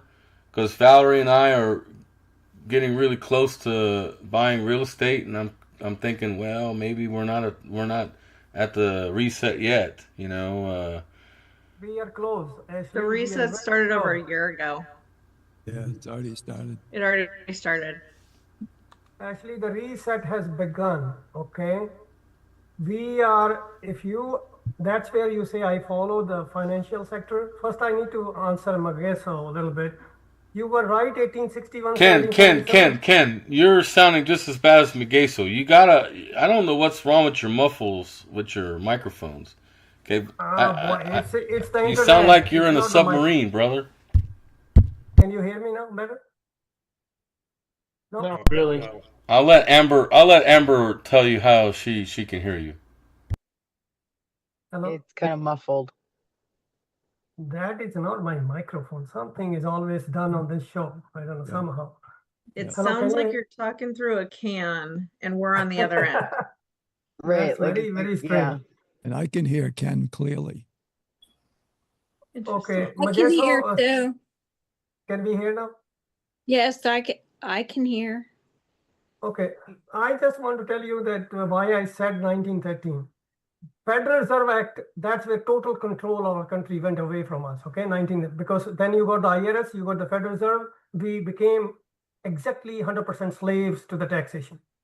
Okay, that's what I was trying to correct myself on the dates. But coming to the reset, what is happening in the world, why are we attacking Iran? Because we have no other choice left. We are going to be forced because there is our currency, petrodollar, is not going to be the global currency of trade, which is already well known at this point. Okay, BRICS have already launched their unit, backed 40% by gold, by the commodities. It's already in place. Countries are bypassing the dollar. And here we are insolvent on the stock market. And to rattle you, Ashley, there may not be midterm elections. That's my 50-50 chance at this point, I see. I agree. Okay, because we are going to go into a total collapse. And please go to King's World News, which is one of the finest financial website on gold and silver from a very, very best of the best of our country. Go there, okay? Today there is article, Economic Collapse and the Implementation of the Slave Monetary System. Read, everybody, please, and you will understand what I'm saying. I can't explain you here all. Prepare yourself, gold and silver outside the system, agriculture land. Any hard asset without any debt will save you at this point. Nothing. And you guys can praise Trump. For me, he's the biggest con man this country will ever have, and you guys will find out this year. He's the biggest corrupt criminal in White House I've ever seen in my life in this country, studying and watching. I know all his crimes. Maxine Waters, actually, she's a crook, but she put it on Financial Service Committee, exactly what I know. So our country, nobody's saving us. We are living in a fool's paradise. They distract us while they are already in the world stage doing what they... Look at what happened to the computer industry, I'll tell you. Actually, you're in the computers. Memory price, because of data centers, went from $100 to $900 per 64 gigabytes. One. Number two, your data center are consuming all the electricity. Where is the energy going to come from? All the money is being funneled to this criminal syndicate by Trump gang. I can prove everything if you guys want me to. But the problem is, please, we were warned by founding fathers. That's where we are not focusing on the right thing. We are distracted. Money, money, money, taxation. Only the tax revolt will save us. There is no other solution. I can bet on it. I had a heated debate with Colonel Douglas tells the truth, but nobody has the. Oh, thank you, Ken. So at the bottom line, his suggestion is tax revolt. Megeso, Rob, Victoria, Amber, Ron, Sharon, and Teresa and Becky. Becky, by the way, we got to work on your background image. I'll start with Ron. What do you think about tax revolt, Ron? That's what Ken's suggesting. He's saying, look, we can't fix the elections. The bankers have rolled America and played us for fools, is what Ken's saying. All right. Before I get into that, the midterms are going to boil down to this. If the GOP and the Republicans can't get the SAVE Act passed, the Republicans are not going to come out to vote. And the Republicans have one thing to do to save our elections, and that's pass the SAVE Act. If they can't do that, people are going to lose all faith in them. As far as going up against the IRS, I'm not going to do that because I can't afford to go to jail. Okay. The IRS is being audited, yeah? Victoria, what's your comment on the IRS? Go ahead. So the IRS, that was what, a month ago? Trump said he's doing an investigation in the IRS. So yeah, you can do your taxes right now, but they're technically shut down. They were shut down for 90 days, but there's a limited amount of staff that somehow got funded because Mike Velarde, our tax pillar leader, is saying that he's been engaging with some IRS people. People are still filing their taxes. I know that. And I know people who are, using the system, to benefit themselves. We kind of have to go with the flow and what we know as it comes. And I'm going to say this, and I will say this one time. I do not identify as a Republican. Okay. So we all know, we're clear. I'm a constitutional conservative grassroots Christian. Okay. Done, said. It's not about parties anymore, people. It's about your community. It's about supporting the people who are your neighbors. And if you don't know your neighbors, get to know them and have enough stock, like Begesa was saying, to grow food for your neighbors and you if you can. If not, trade, barter, because money's not going to help. Crypto's not going to help. You need to have those relationships. That's what's going to matter in the end. Connect with the people. It doesn't matter what color you are. The electoral system is going down. I can touch on that later. We had an elections commission meeting yesterday. But I'm really glad. That's assuming that you have good neighbors. Get to know them, know which ones are good, know which ones are bad. Yeah, well, I know which ones are bad. I just cannot associate with them. And that's fine. I have neighbors that my roommate is a staunch leftist Democrat. Okay. Yes, I was in the GOP. I ran the West Hawaii GOP for like 6 months. Go me. But do I identify as a Republican? Nope. I'm helping 2 other parties write their bylaws. It shouldn't matter what color you are. And it's actually that 30% of the people who are nonpartisan, independent, that determine which way the vote goes. So to Ashley's comment, we need them to stay home. We don't need them to stay home.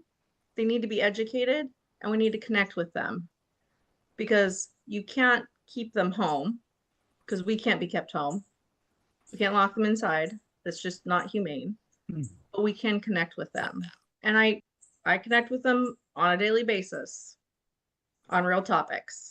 So I apologize. Let me explain what I meant by keep them home. So when we shoot an American accidentally or defending ourselves in the line of duty, and the left sees pictures of this person never committing a crime. They're smiling with their family and, oh my God, I can't believe the government killed this person. Keeping out that this person would vandalize government property or, or agitate this, agitate that. I'm saying the strategy shouldn't be create havoc where they come out of the house and they want to protest. I don't want them to come out of the house and protest, and I don't want them to go to the ballot box and vote against us. I yield. Truth. That's what's going to get people in line. Yep. The truth. That's facts. And Well, if they that's what still we can allow, do. if they still allow mail-in voting, then they don't have to come out of the house. No, they got Yeah, and you judicial can vote notice several yesterday. times too. Then.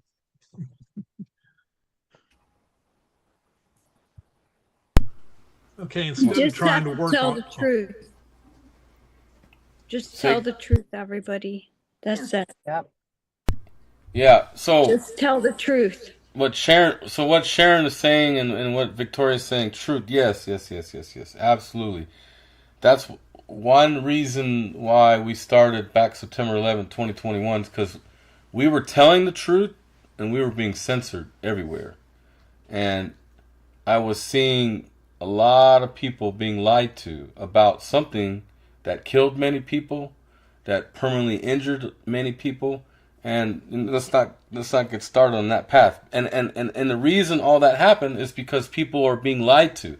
People are being lied to every single day when they turn on their television. So back to my point, we need to change our strategy to win 2026 midterms.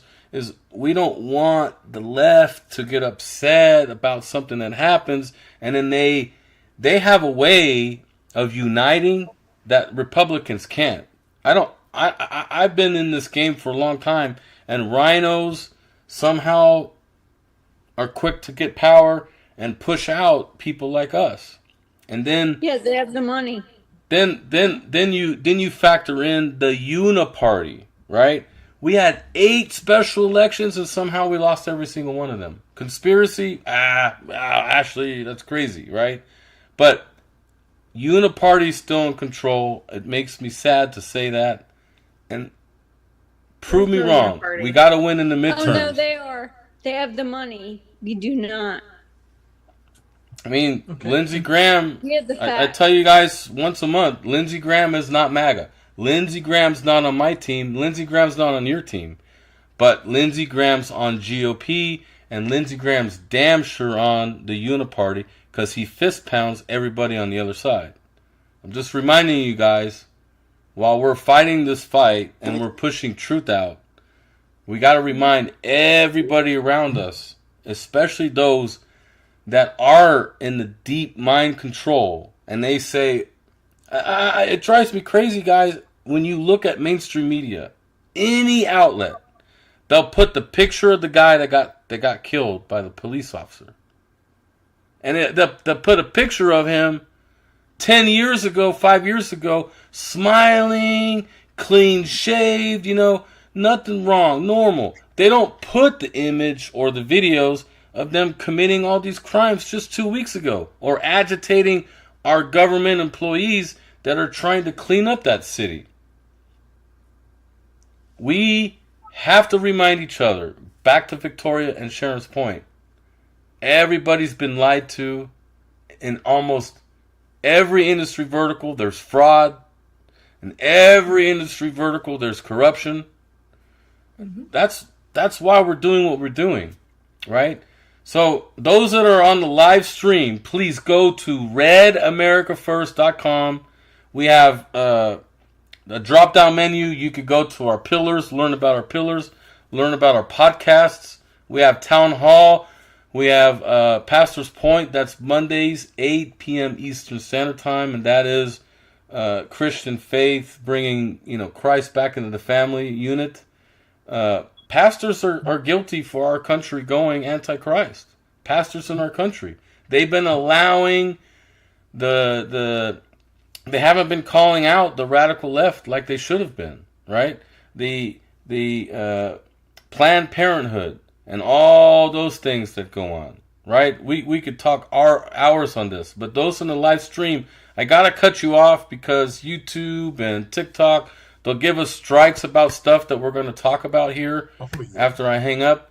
But I'm glad you guys tuned in with us tonight. It was a very active night, and we'll see you next Thursday on #TownHall, 9 p.m. Eastern Standard Time. We're going to go into Intel